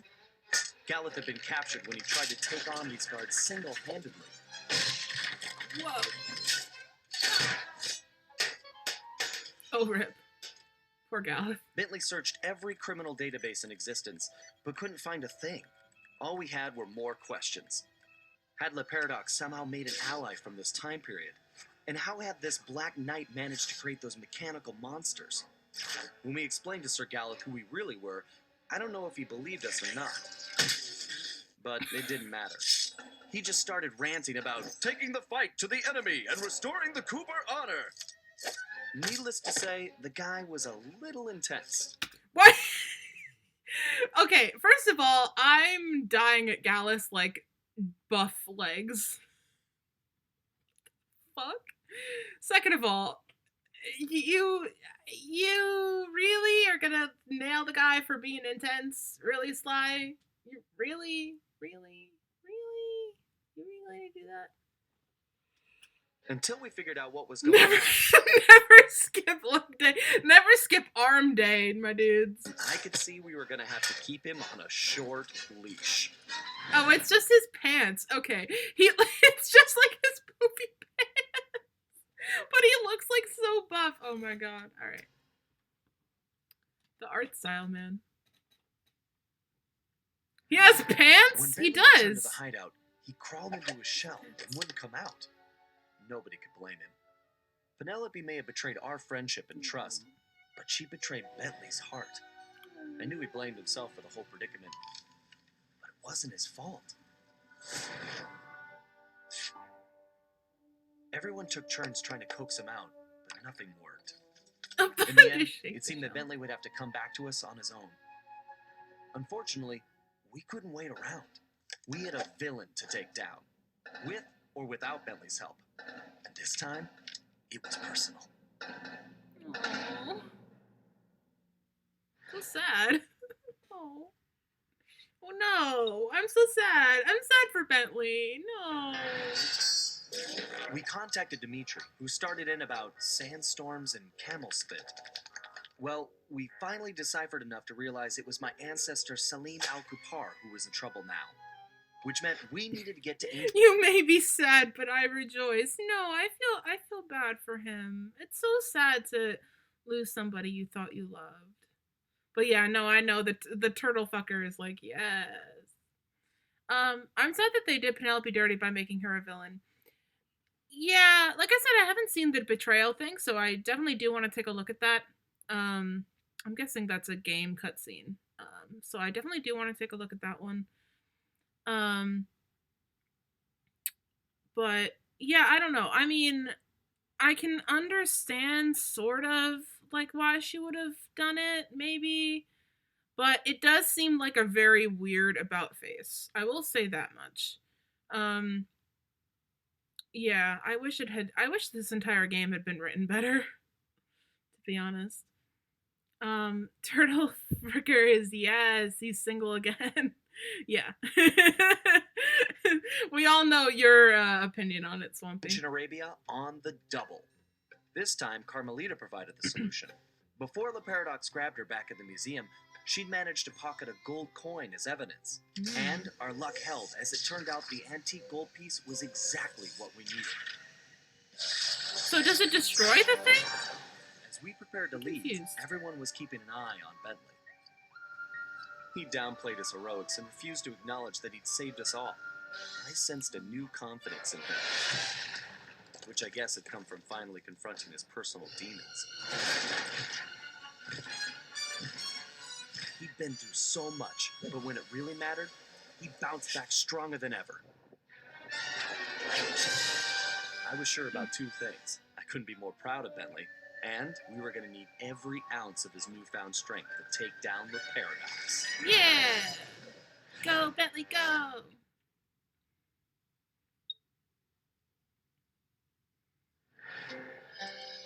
We'd traveled to ancient Arabia to find Salim Al-Kupar, an ancestor said to possess the stealth of 40 thieves. No surprise then when Bentley's research revealed that this guy was a charter member of the infamous 40 Thieves. For once, it appeared we'd have plenty of backup to help out with this job. When we arrived, however, we were shocked to find that most of the thieves had already retired. Having made their fortunes and gotten older, these great thieves had decided to call it quits and enjoy their golden years in peace. What wasn't shocking was the unmistakable presence of Cyril the Paradox. Nasty-looking guards patrolled everywhere, and it was clear that something sinister was going on. After some detective work, Bentley had even worse news. No one had seen Salim Al-Kupar for some time. He had been working with a few of the remaining thieves, but had simply vanished. So where was he? That was the first thing we needed to figure out.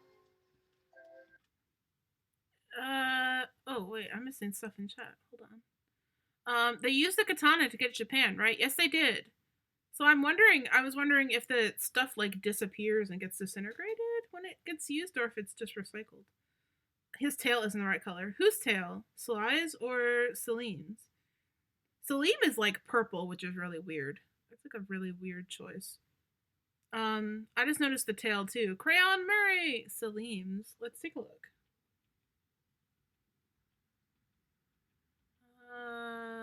Scroll back to Salim. Oh, you're right! It's gray for some reason. Why is it gray?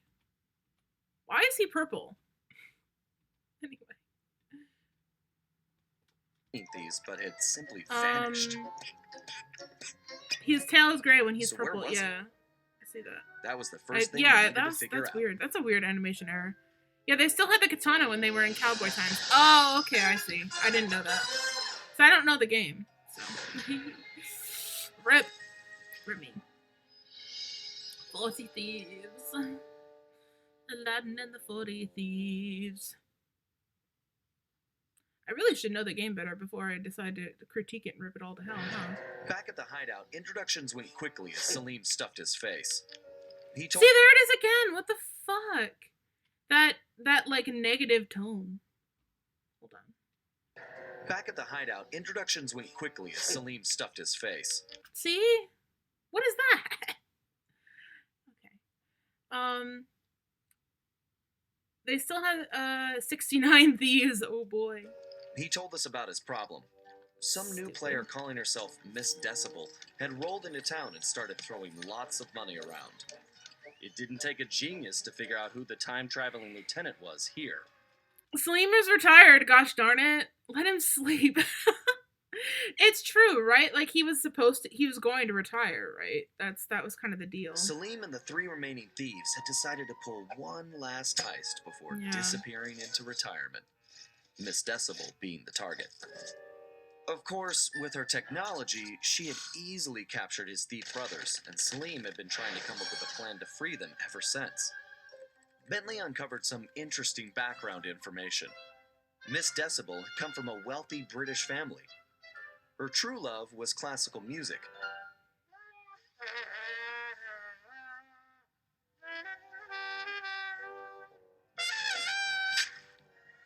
Unfortunately, her complete lack of musical talent, coupled with an extreme temper, made for a volatile combination. After suffering a freak accident during a tantrum, she was left unable to play music normally. However, when she discovered she could control people with her hypnotic tones, a new criminal was born. She began using her devious talents to control others, forcing them to commit crimes for her. We told Salim about the paradox, and the whole thing made some strange kind of sense to him. The bad news was that he wasn't completely convinced that we were there to help him. I could see I was going to have to prove myself. Again. Oh no. We may have stopped Miss Decibel, but it meant absolutely nothing. We were on the ropes. The Paradox had beaten us every step of the way, and he held all the cards. Carmelita, my ancestors' canes, and now his fake pedigree. I couldn't remember a time since we teamed up that we felt so defeated. And talking to Dimitri didn't help. He was freaked out and yelling about having to boogie down in Skunk Town. So as usual, his words made little sense. But the message was clear. We had to get back home fast. We may have been down, but we definitely weren't out. There was too much riding on this. The lives of everyone we cared about, not to mention the very future of our existence. No matter how, we would make things right. So as we roared back through time, I do like the crossbow redesign. We were in for the fight of our lives. See, I can say I could say there are things I like about this game.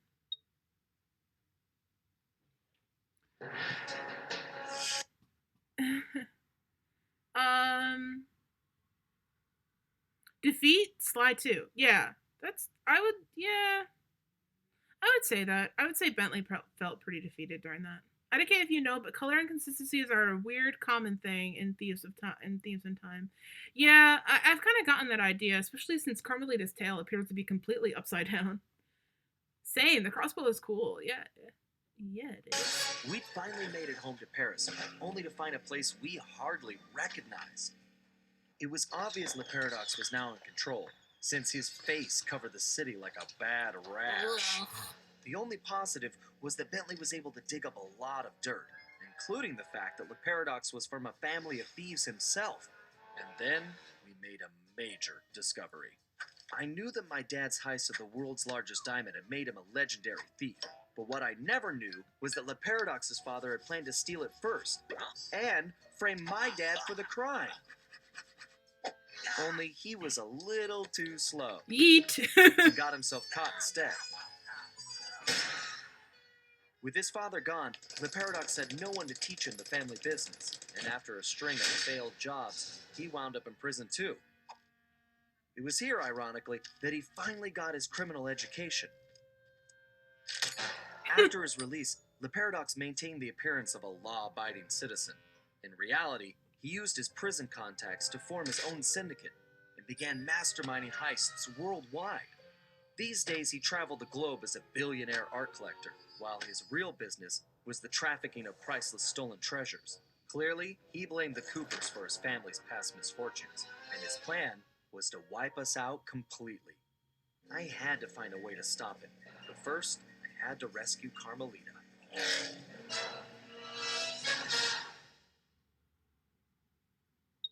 Oh no! It's been a while since that. I know we're playing by lame, safe timeline rules, but I have a big question. How can we be sure that the whole game's isn't an entirely altered timeline? Because the Paradox's changes were apparently in effect well before the gang went back to fix it. Oh, that's a good point. I wonder if there were two timelines that were created, and when the timeline first started. Because if it started right at the beginning, it could have explained Sly's personality changes, and Penelope's for that matter too. That's interesting. An interesting theory, Swampy. Night, but there's still no sign of Sly. No. Or that cursed blimp. The skunk could barely tread water. So by the time they picked him up, he was happy to see them.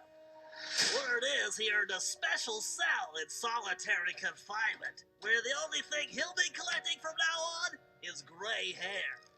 Both Paris and the Phoebius Raccoonus were back to normal, but that hardly made us feel any better. At first, we just waited, assuming Sly would show up the way he always did. But as the days stretched into weeks, we had to face the fact that he was truly lost. We've stopped talking about it all the time, but I know it's all we're thinking about, even if we show it in different ways. Murray seems like his usual cheerful self, but I can tell there's a new level of seriousness underneath it all. He's on the professional wrestling circuit now, and he's really been pushing himself. I know he's doing it to keep his fighting skills sharp. Like all of us, he wants to be ready for action the minute we locate Sly.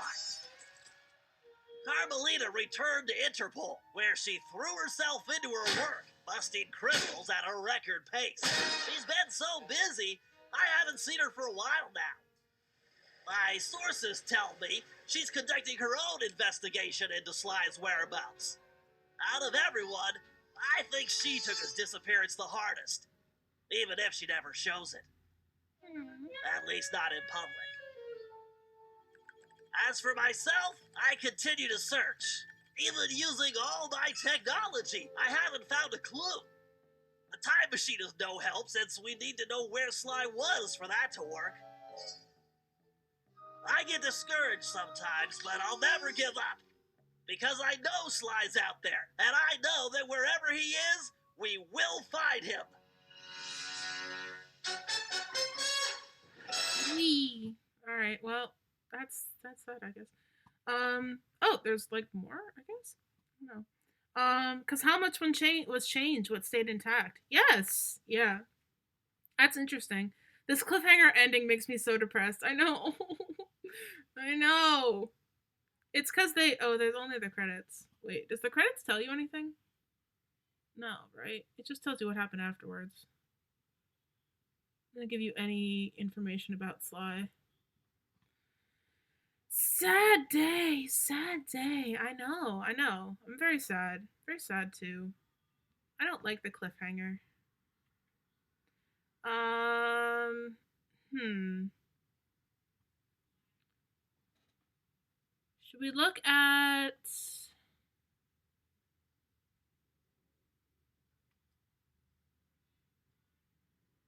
I don't know. What do you guys think? Should we look at some gameplay here? I'm trying to and this is sourced by 99, who plays a lot of Sly. Trying to go through looking for Penelope. Medieval Europe.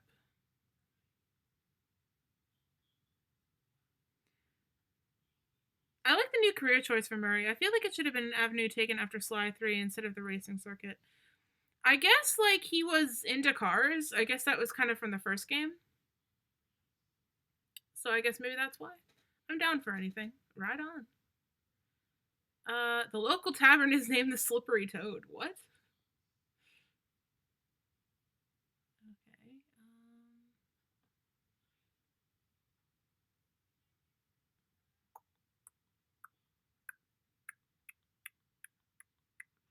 Okay. Okay, I think this might be. Whoops, I think I went too far. My bad. Excuse me. Did I go too far? I don't know. Is this the dragon? Hold on. Hold the phone. Hold the phone.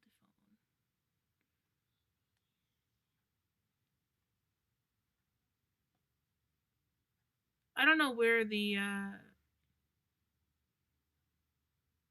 where the cutscene is.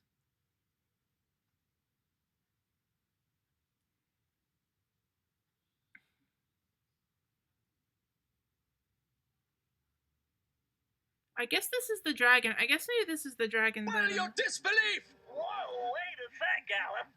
Just navigating that cave's interior could be hazardous to your health. Nay, Bentley. Fear not. I will show you the true valor of the Cooper name. I like his voice. Okay. Blah, blah, blah. Carmelita, what are you doing? Relax, Ringtail. Just keeping tabs on the Dragon Slayer. I don't recall you watching my back on any jobs. Only when I'm trying to catch you. But I find Galeth charming. He has a good heart, even if he is a headstrong goof. Then you better get going before Sir Goof gets himself captured again. Whoa, Sly. Bitter.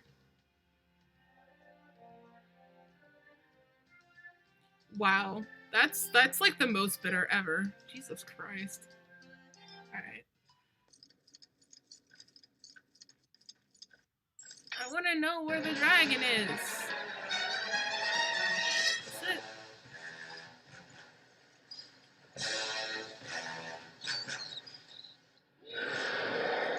Moat monster. It's the moat monster.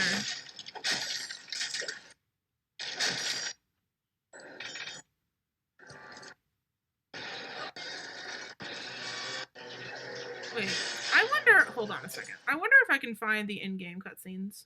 Hold on.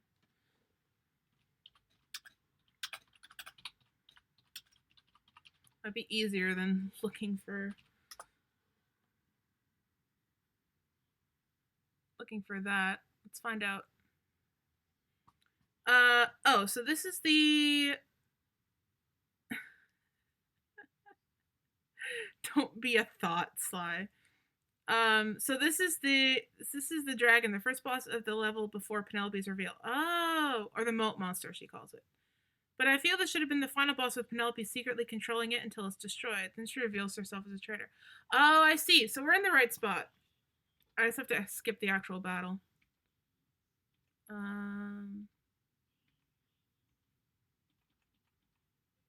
This could take a hot minute, looks like. So the gameplay is not engaging to watch. I don't know if it's just because like I didn't grow up with this game, but like. All right, here we go.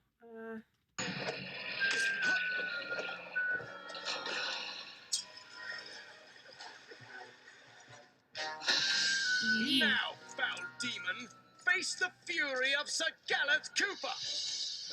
Gallop, no! Pull the plug. So she can play the fake damsel in distress. Ah. That would have been cool. I agree with that. That would have been cool. Uh-oh. Uh-oh. Mayhap Sir Bentley had a point.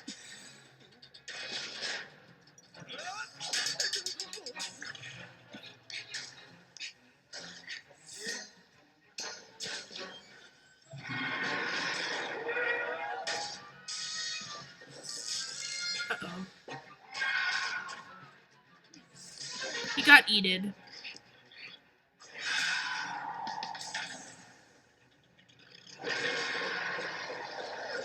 He got eaten. Tin can with teeth. Let's see what you're really made of.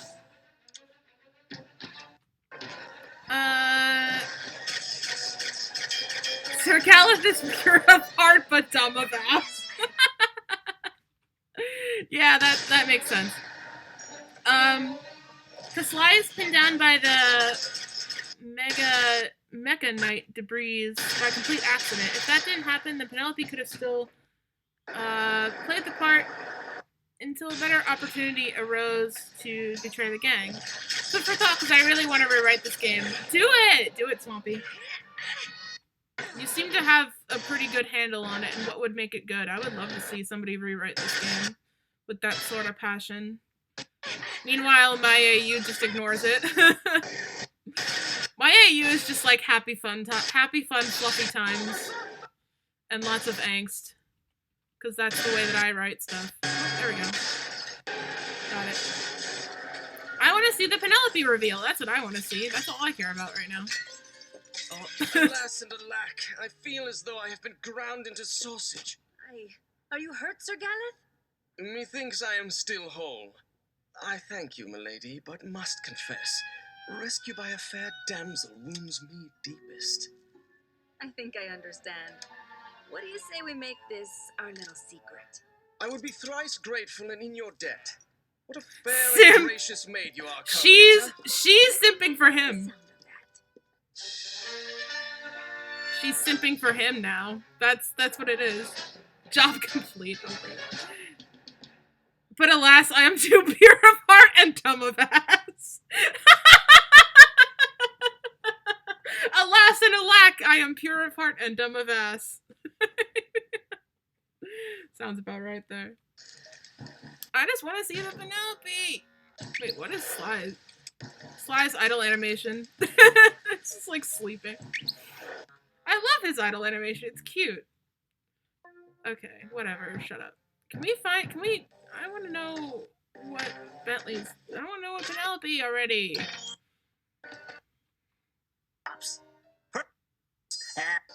Okay, listen up.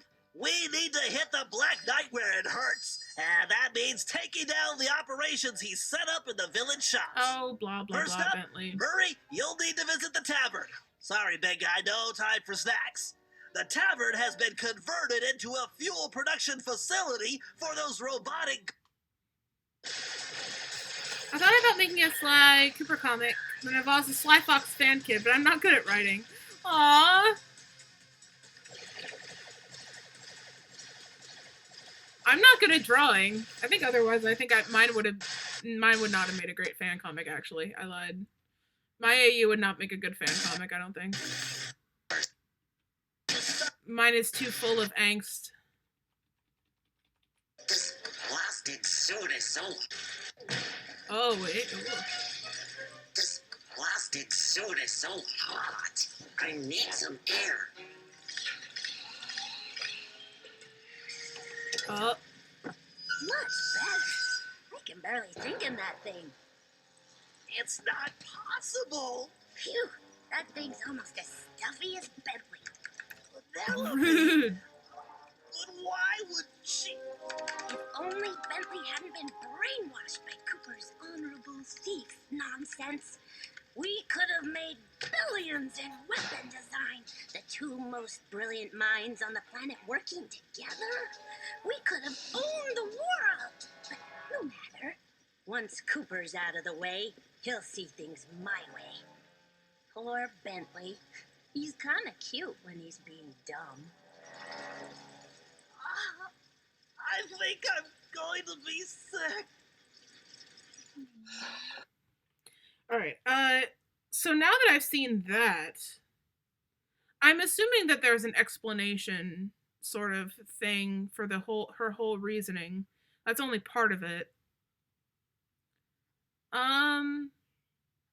Yeah, I mean, I guess it's kind of common to be motivated by, like, building up and up and up. And I can also see it slightly. I can see Penelope being ambitious, based on her character. I mean, she did, like, create a whole alter ego just so she could fly. That is something pretty ambitious to do. But yeah, it's kind of rough. Her time. Oh no, Bentley, no, don't look. He is not stuffy. Shut up. No, I agree. I think Bentley's pretty cool, actually. Ugh. Honestly, hate Penelope's reason though for betrayal. She knows full well that Bentley ain't in it for profit or money. That's true. Yeah.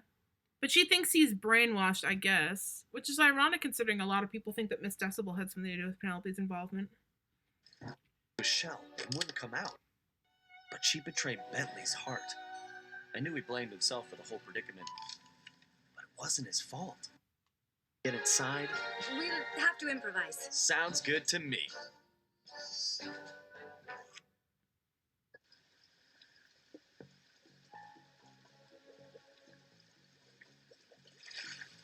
Hurry.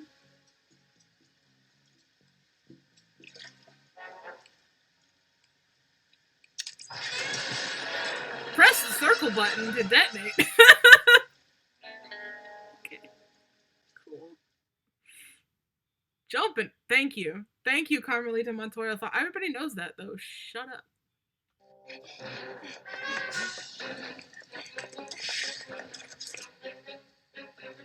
I'll sally forth and smash that mechanical monstrosity! No! Gareth, wait! Why, thank you, Gareth. I've been looking all over for that.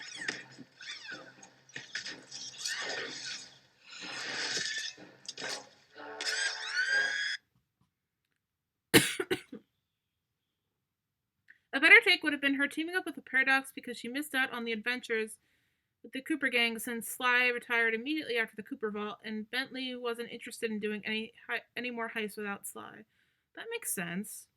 I guess because, I guess Sly was kind of like the core of the heist team. And of course, doubling down when she finds out the gang are after the Paradox and blame Bentley for not talking to her. I guess that makes sense, yeah. Sir Galeth gets thrown around so much. Rip Galeth. Fine.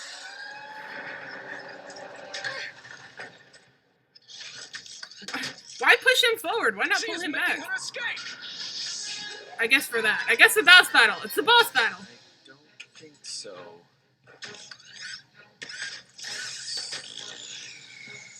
Nice and mature. They're all the same age.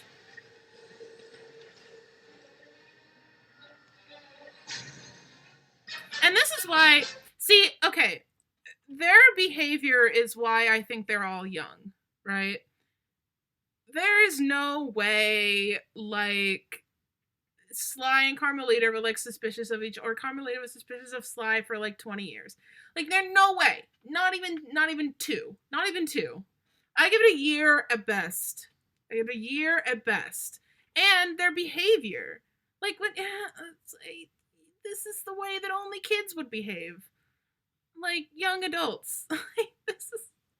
They're still children, okay? There's no way that it took place any long amount of time after Sly 3. No way. He is the yeet. Because then they'd all be trapped if Karn pulled him in. Oh, that makes sense. Yeah. And Sly could probably figure out how to get everybody out. Oh my god, the weird lines on his tail. Oh my god. It's so fucking weird. Alright, anyway.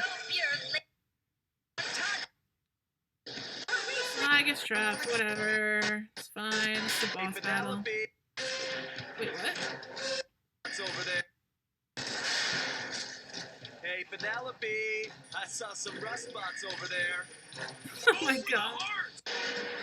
Great. Looks like The taunting, wow. what's wrong, Penelope? Feeling disarmed? What? No, what? Why? I'm so confused. Hold on. Why so sassy? What's going on? Nobody talks during the boss battle. You shall prevail, Sly! Oh, crush. He trapped. Ow, that is a broken leg. That is a broken leg. That is easily a broken Do leg. you have any idea what that suit was worth? It was one of a kind. You cost me too much already, Cooper. It's time to pay the fiddler. That's enough, Penelope. Huh? You heard me. Bentley, your suit, is that my moat monster? Yeah, what's left of it anyway. The design was adequate. I made some adjustments. I love how he's trying to be like, yeah, the design was adequate.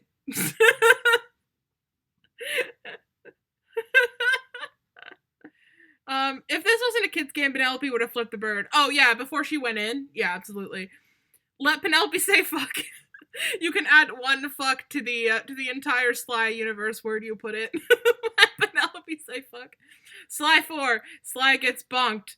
Nerd fight. Fucking nerd fight. Let's go. It was just a prototype anyway. Why'd you do it, Penelope? You owe me that much at least. Why? For you, of course. I had to make you see how things could be. I'm not going to be one of the bad guys, Penelope.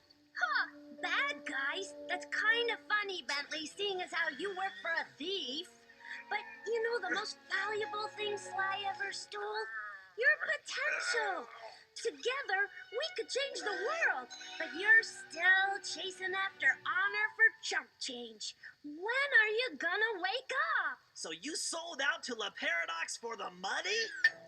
No, you're not listening. He's just a means to an end. Wow. And I thought you were smart. Do you really think he's going to just let you go? He owns you now. You're his puppet. And when you've served your purpose, he's going to cut your strings. I'm nobody's puppet. Too bad I can't say the same for you. I'm sorry, Bentley, but I guess it's time. What?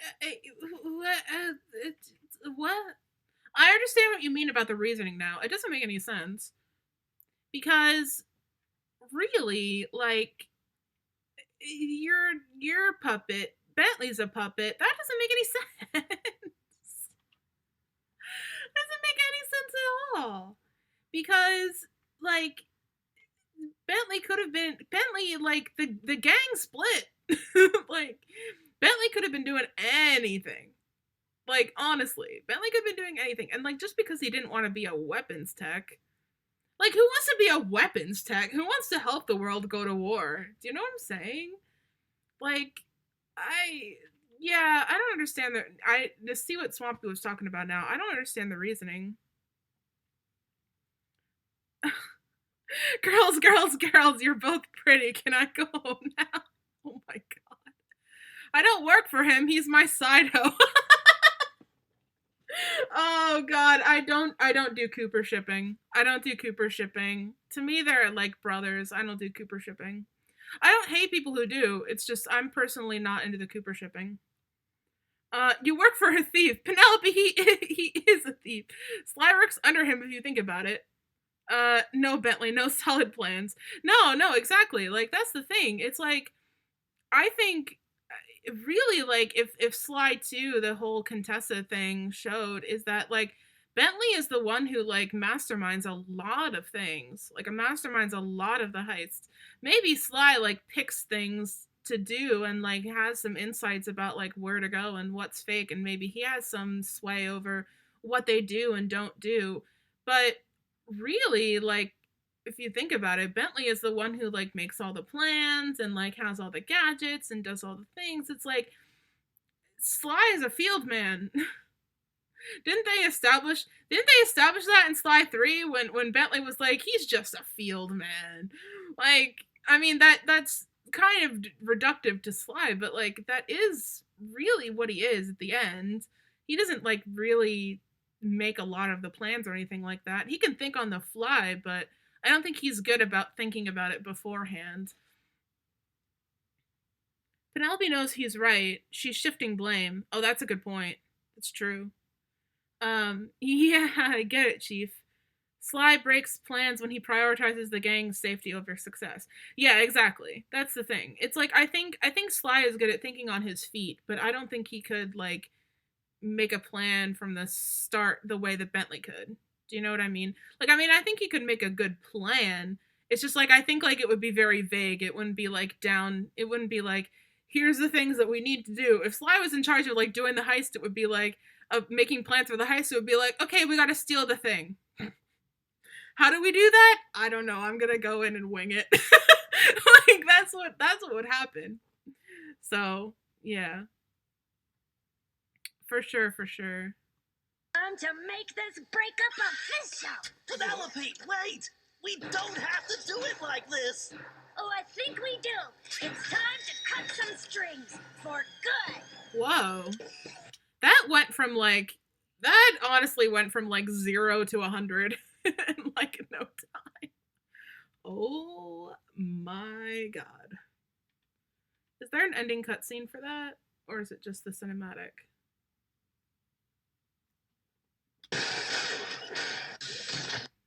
Bring it up. Do that. It's like what came We'll to. talk about. There we go. That's what I wanted. This is the most important one. Thanks, That is a. Bentley. Look, I'm sorry about Penelope. No, Sly, I'm sorry. I'm sorry I wasn't there to help you guys the whole time. It's okay. She fooled us all, pal. I guess. But that's no excuse for me not being there. I lost sight of my true friends. That won't happen again. Hey, guys! We could use some help over here. Ew, Murray's Sounds like they voice. need some help getting out of there. Know anyone that could swing that? Well, I do know this one guy, but he's probably busy, so I guess I'll have to do it. It's good to have you back, Bentley.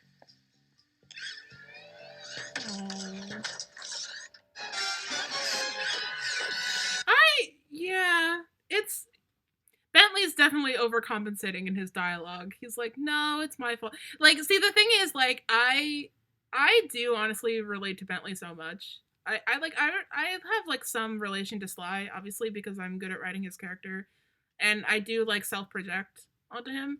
But I also relate to Bentley a lot as well because like that dialogue that he just said to Sly would be like something that I would do. It's like, I'm sorry, it's my fault. I did the thing. My heart's in two pieces, but it's fine. I'm fine. I'm fine. I got betrayed by the love of my life, but it's fine. shifting blame, twisting words. Yeah, Penelope knows full well who's in the wrong here. That's true. Yeah, I would love to do like a full like relationship counseling breakdown. I don't have the know-how to do it. I would love for somebody to do it. How? Bentley, you never lost sight of your true friends. You got blindsided by Penelope. That's true. Yeah. I think that's the thing too, because I think like it can't be said that Bentley is the only person who's ever like like got blindsided by a girl. I mean, Sly. Don't look a gift horse in the mouth there. That's not the expression. Pot calling the kettle black. That's the expression. He's trying not to hurt. Yeah. No, I know. It's very strong. He's very strong.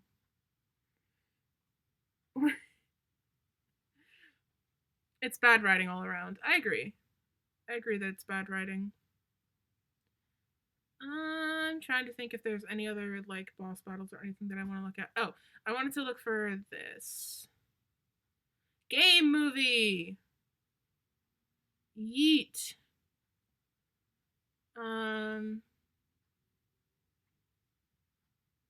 Secret ending.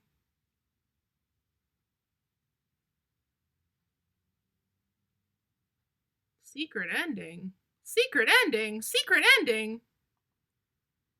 Hold on. Hold on a second. Hold on a second.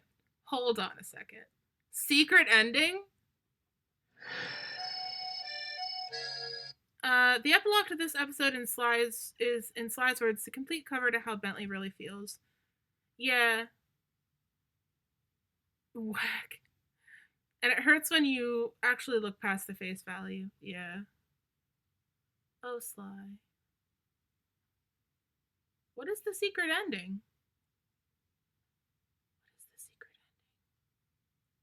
I'll find you. Au contraire, Sly Cooper. I do not think we will meet again.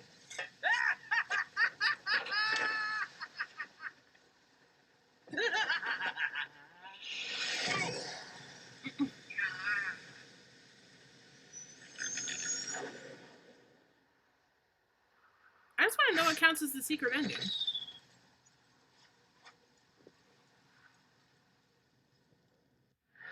It's been a while since that night, but there's still. Perhaps most importantly, he pioneered the use of his cane as a tool for thieving.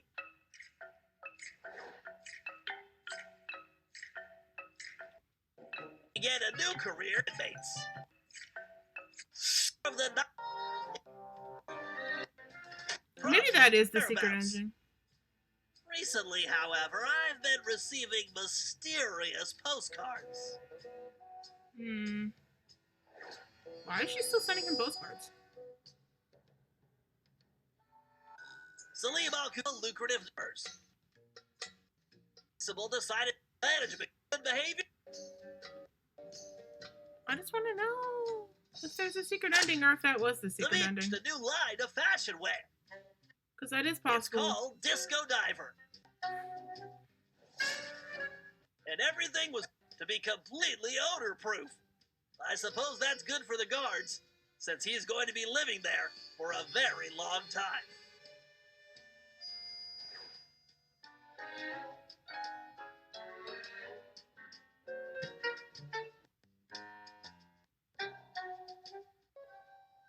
There we go.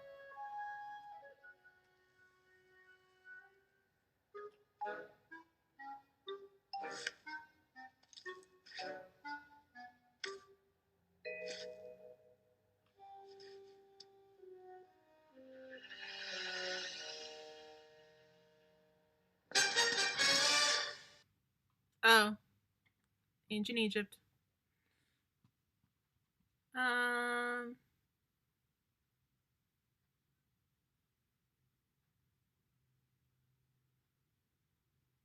Oh, the 100% cutscene. I'm guessing that was it, the Egypt one.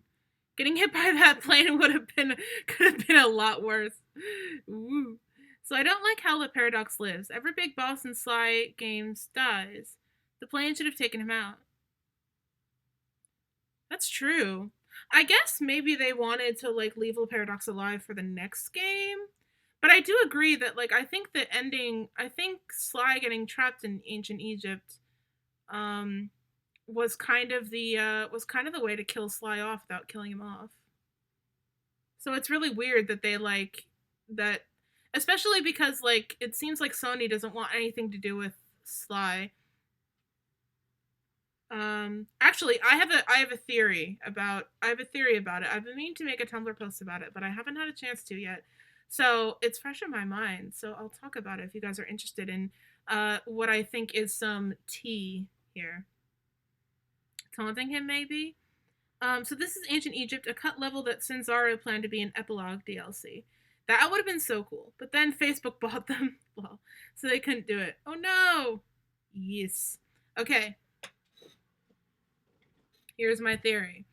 So sometimes in media series, if a studio is not interested in continuing with a certain line of games or TV shows or movies, they will purposefully let a less than stellar product go out.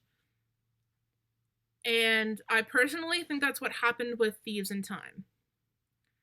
I think maybe Sanzaru had some good ideas and that allowed Sony to like bring them on to, you know, bring on their expertise, but maybe by the end of it they figured out that, you know, the game was not going to be good. They were maybe the studio was letting things slide. Maybe Sony let things slide. I don't know. Like Frostbite said, I think there's a lot of coloring errors in the animation. Um, and there's a lot of, it seems like there's a lot of errors in general, and the models are kind of weird and clunky, which is very weird for a Sly game. Just the way they feel is so different um, to, like, the usual Sly games. So what I think happened is that Sony was like wanted to focus on other shit for whatever it was. PlayStation, they just wanted to focus on other stuff. They didn't want to focus on Sly anymore. And so they decided to let Thieves in Time go out the way it was. And when they saw fan response, they went, oh, okay. So that was bad.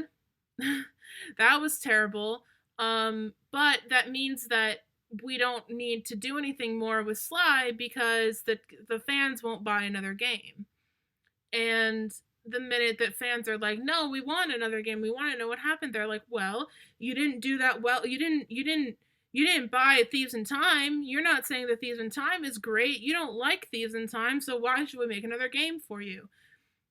And that, I think, is kind of where we are as far as Sly and Sly 5 or any other Sly projects that have been rumored throughout the years, like the movie and the TV series. I just think that Sony thinks that Sly is not a profitable, or is giving the excuse that Sly would not be a profitable market for them anymore because of the way that Sly 4 performed. So I think that's where we're at. I don't think we'll get another. I don't think we'll get another Sly game. I don't think we'll get any Sly anything. At least as far as the official side. So that's why I suggest we all turn towards our local fan projects and support them, because I think that's all we're getting as far as content for the Sly series, which is very unfortunate. But I think it was something that the company really decided that they had to do. Or maybe they're just being assholes. Who knows? But that is definitely a big move in a lot of game series. The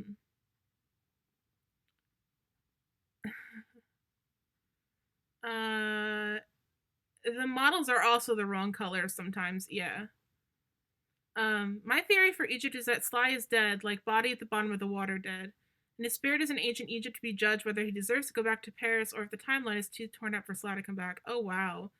That would actually make a good fix, Swampy. That sounds legit. Yeah. Sly 4 undersold every other game in the series. Yep. And there's definitely a reason for that. I think a lot of people just did not like it. Not unless we get an extreme resurgence. Yeah, not unless a lot of people like really just want to buy Sly 4 all of a sudden. Because if you notice that Sly 1, 2, and 3 got a remaster, but not like a remake or anything like that.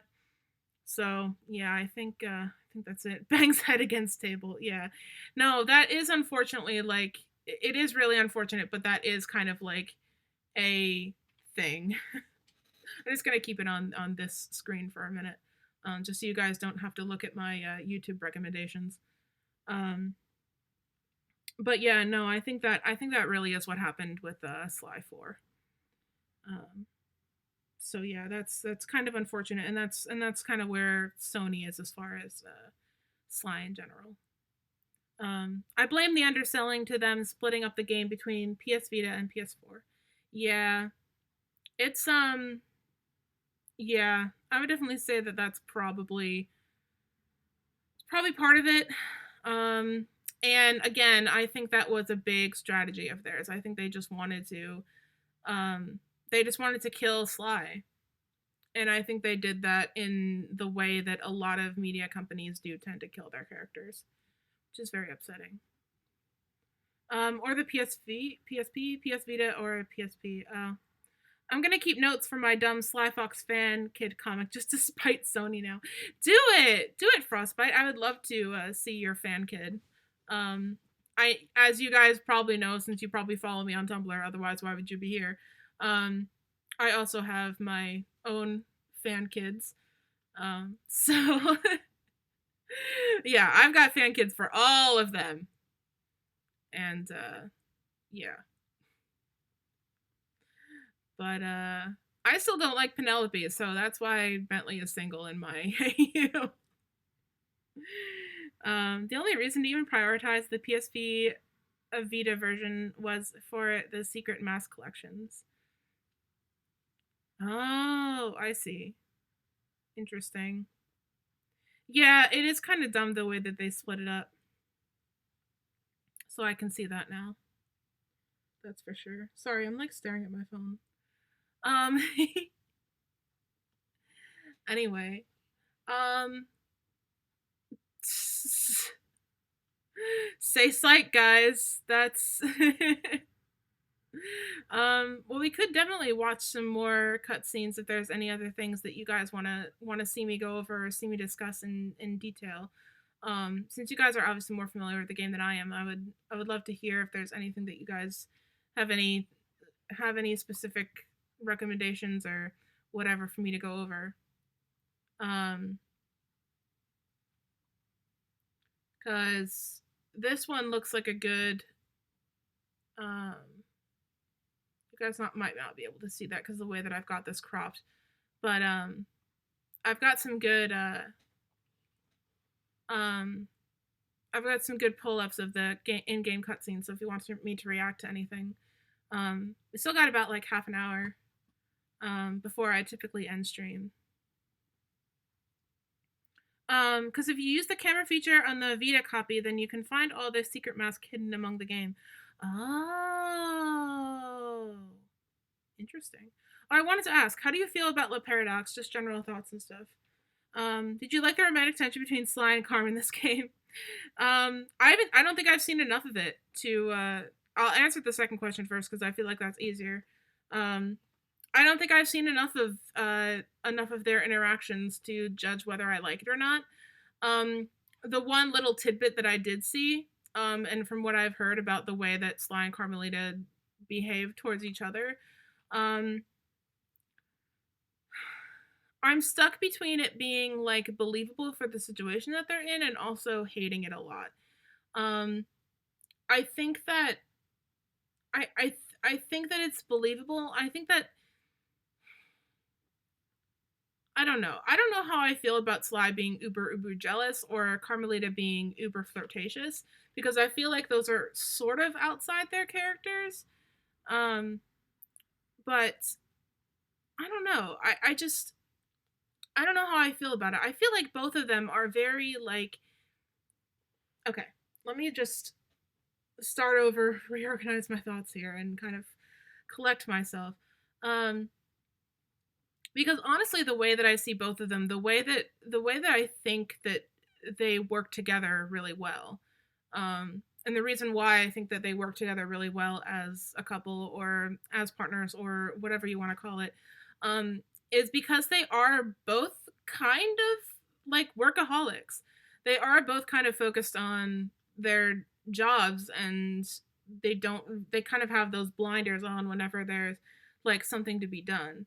Um, I think Sly is a little bit more variable as opposed to like changing things up on the fly. I think he's less inclined to stick to the iron path, like Carmelita, because I think Carmelita is more like, okay, this was the plan, and we gotta stick to the plan. There's no room for uh, improvisation. We gotta like, this is it. This is the way we do it from step 1 to step 2 to step 3. We go all the way to the end that way.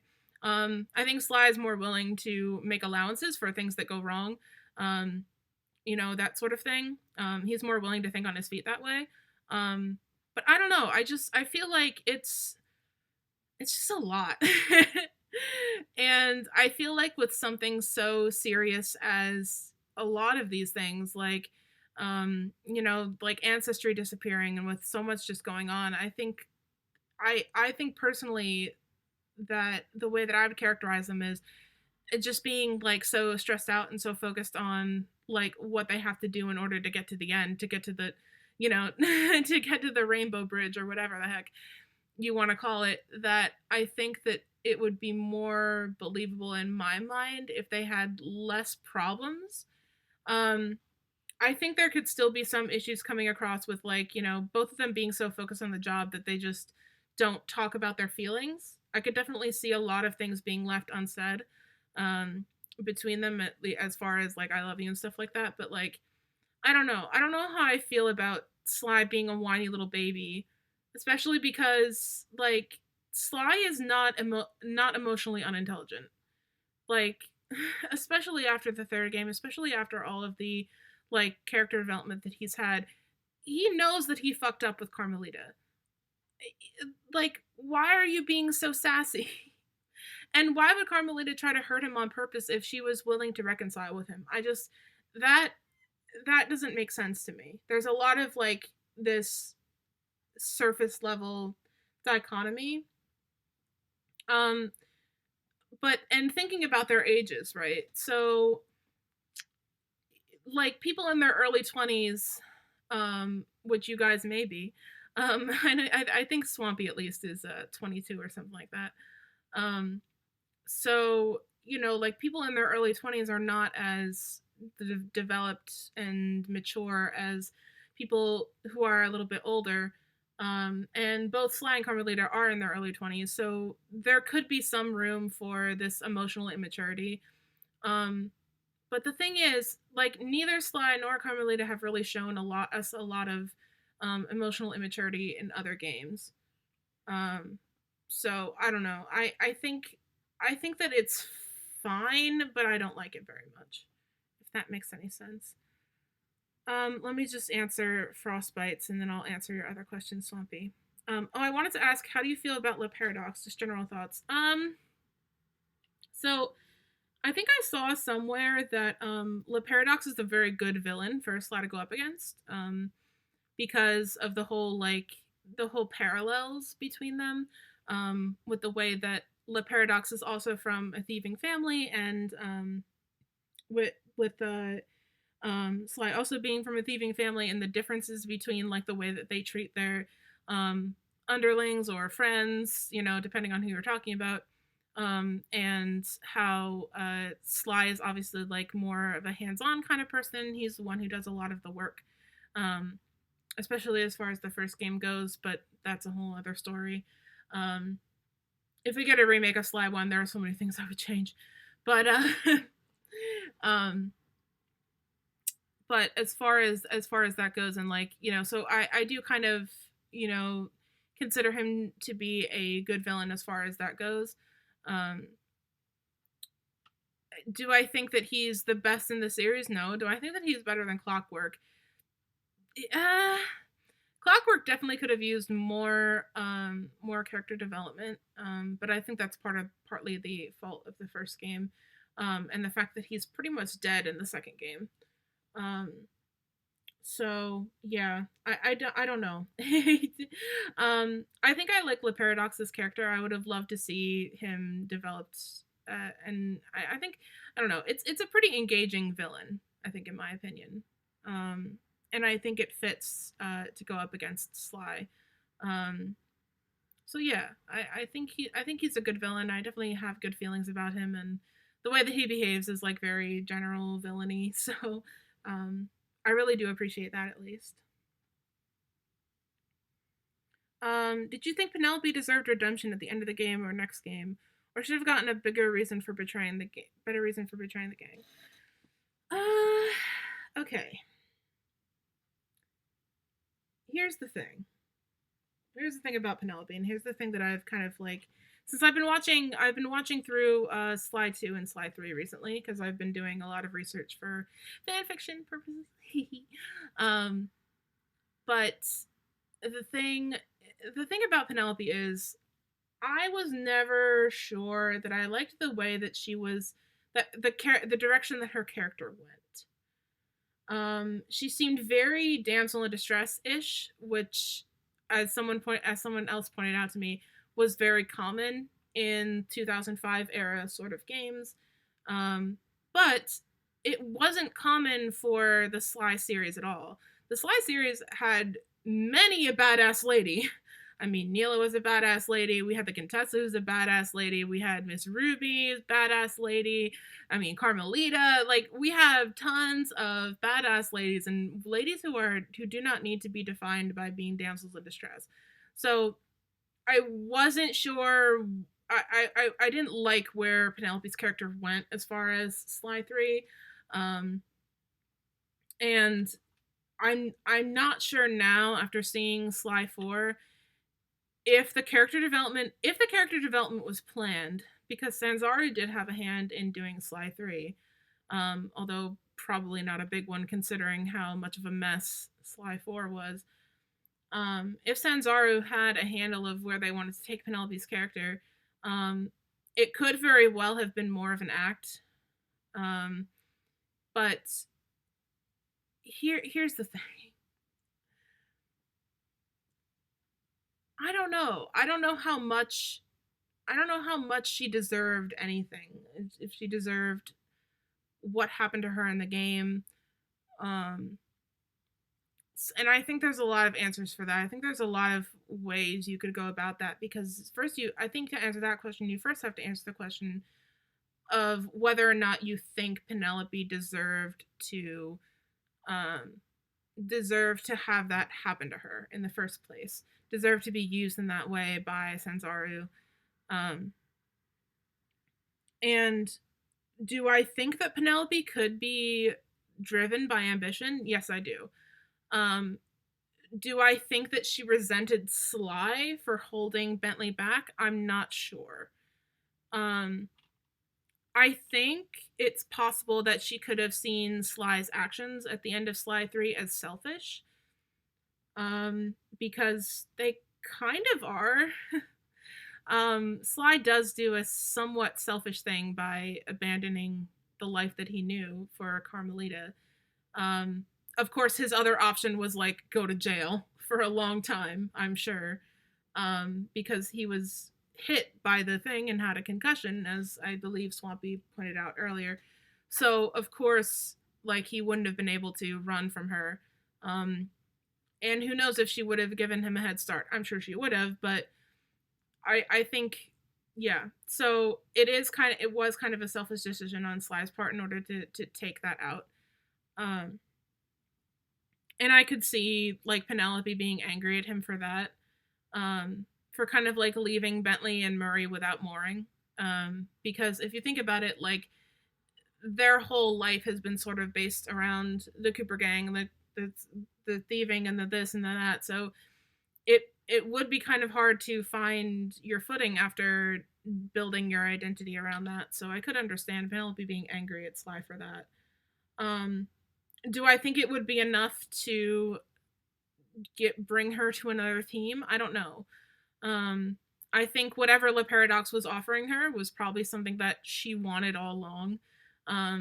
Some kind of individual recognition, some kind of, some kind of notoriety as a weapons specialist, that she didn't get with the Cooper gang, because Bentley was the weapons specialist in the Cooper gang. In that case, I could see it, but in that case, I also don't like her reasoning for why she left. She's saying it's because of Bentley, to show Bentley. But I don't think she did leave for Bentley. Do you? Do you really think she did that for Bentley? Because I don't think so. If she was going to leave and do that sort of thing, she did it for herself.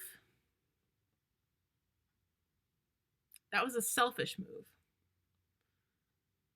So, but they didn't want it, but I don't know why. I don't know why Sanzaru decided to make it about Bentley. Because that doesn't make sense to me. Because I think if Penelope was going to leave, she was going to leave for herself. This is my opinion on that. So in that way, does she deserve redemption? Well, if she was doing it for herself, then no.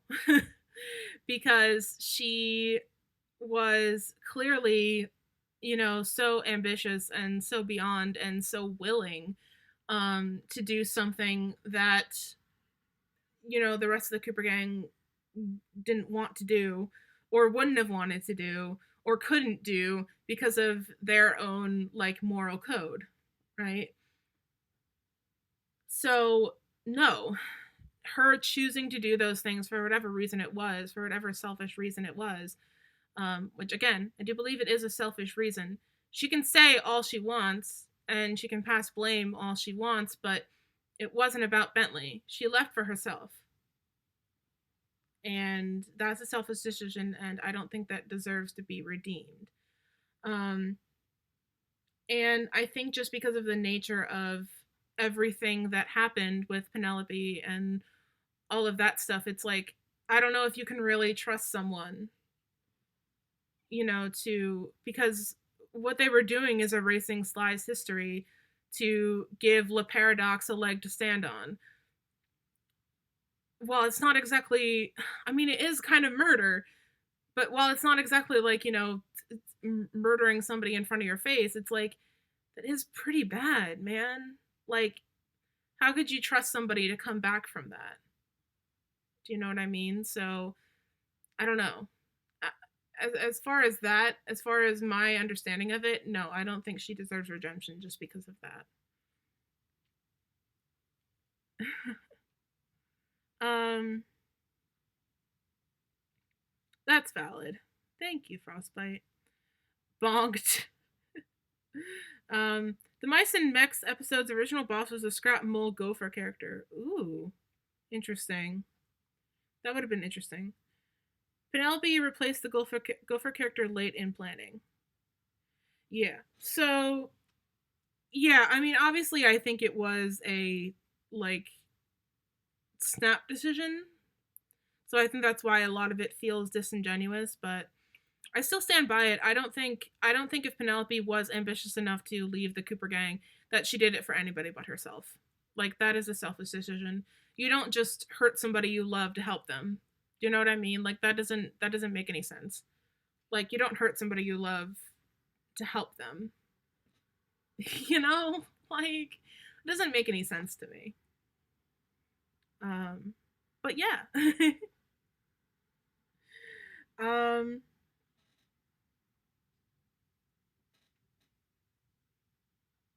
Sorry, my mom texted me. Hold on.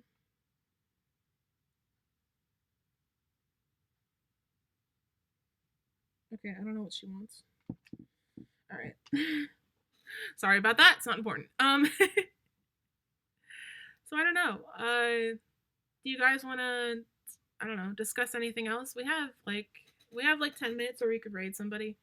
Um I do follow a lot of Sly Cooper people, so we can see if any of them are up and running. Um Unless you guys just want to duck out, that's cool too. Oh, you guys, I forgot you guys can see my screen. Hold on. 1 second. There you go. Should be able to see Bentley again. Um Nobody is playing Sly right now. Least fave and most fave in this game alone. Do you mean good guys, bad guys, both? Bentley, turtle boy, turtle boy. So least fave and most fave. I didn't get to see as much of the answers as I would have liked to. I think that's something I want to look at myself. Take a look at the answers a little bit more in depth. I definitely think Gallus' personality is very funny. I like Gallus a lot. As far as the main gang, I think as far as faithful incarnations, I think Bentley is the most faithful to his original, to the original Slyfecta as far as his like whole character. I think Bentley is definitely the most faithful, and I think he definitely gets the spotlight in this game, despite it being mostly about Sly. Like who you liked most and least in this game? Okay, got you. Yeah, I think in general, I think Bentley was the best one as far as like the original gang sort of goes. Um, and I can kind of break it up as far as like the good guys versus the bad guys, I guess. Um, My least favorite in the game is Sly. I don't think this game did Sly any favors, to be honest. And really did not do anything to make him a likable character. Um, you know, I run a Sly RP blog. Could I take anything from this to my Sly? No. Maybe some of the sassiness, but that's about it. I think my Sly is plenty sassy the way that I write him. As far as villains, I like Le Paradox. Le Paradox is cool. Um, I like Miss Decibel. Miss Decibel is also a cool villainess. Um, and I like Toothpick a lot. Um, I don't know. It's hard to say who my favorite of them all is.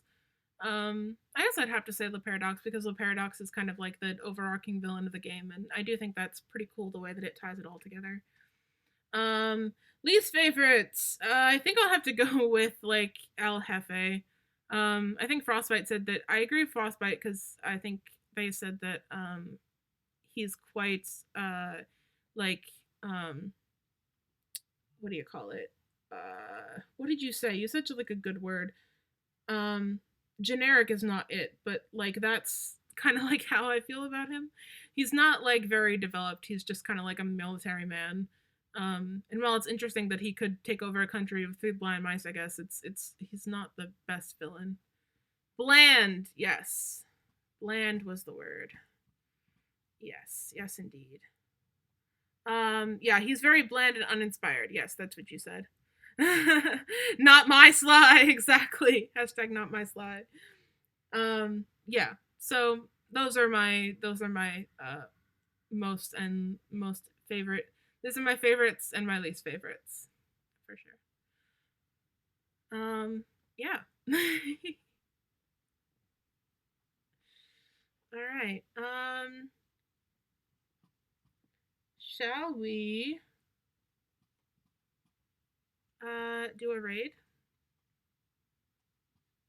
Do you guys like that? We have nobody playing Sly Cooper, but I do have a friend of mine playing Pokemon if you would like to hang out with her for a bit.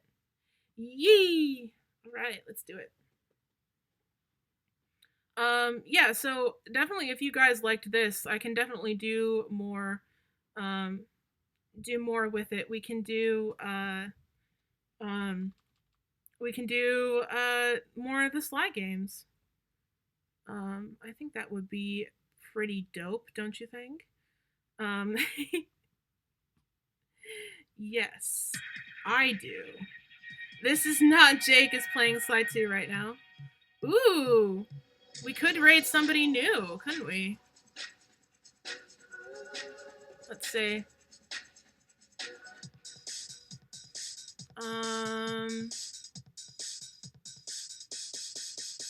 Oh yeah, you have to. I have to permit you, Swampy. Sorry, I have too many. Trolls. I'll find him.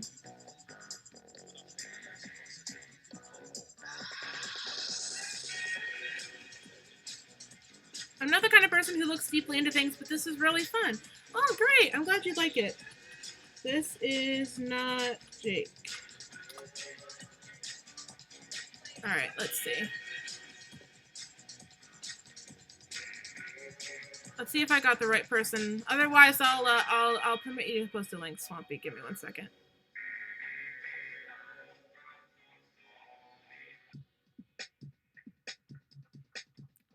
This is my end screen music, by the way. This is always my end screen music.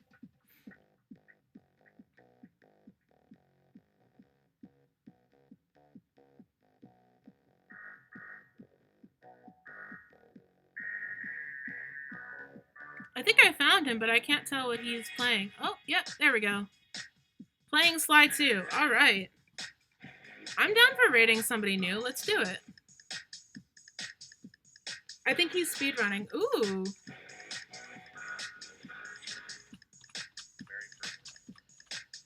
Let's find out. I watch a lot of speedrunners. So.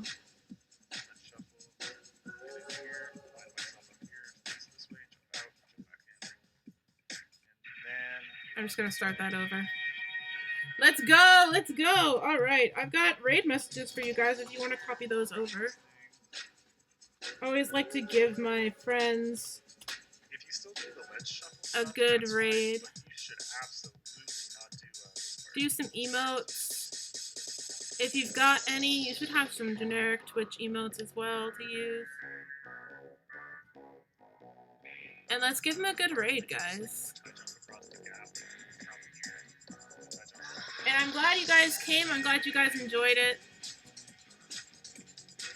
And, let's go.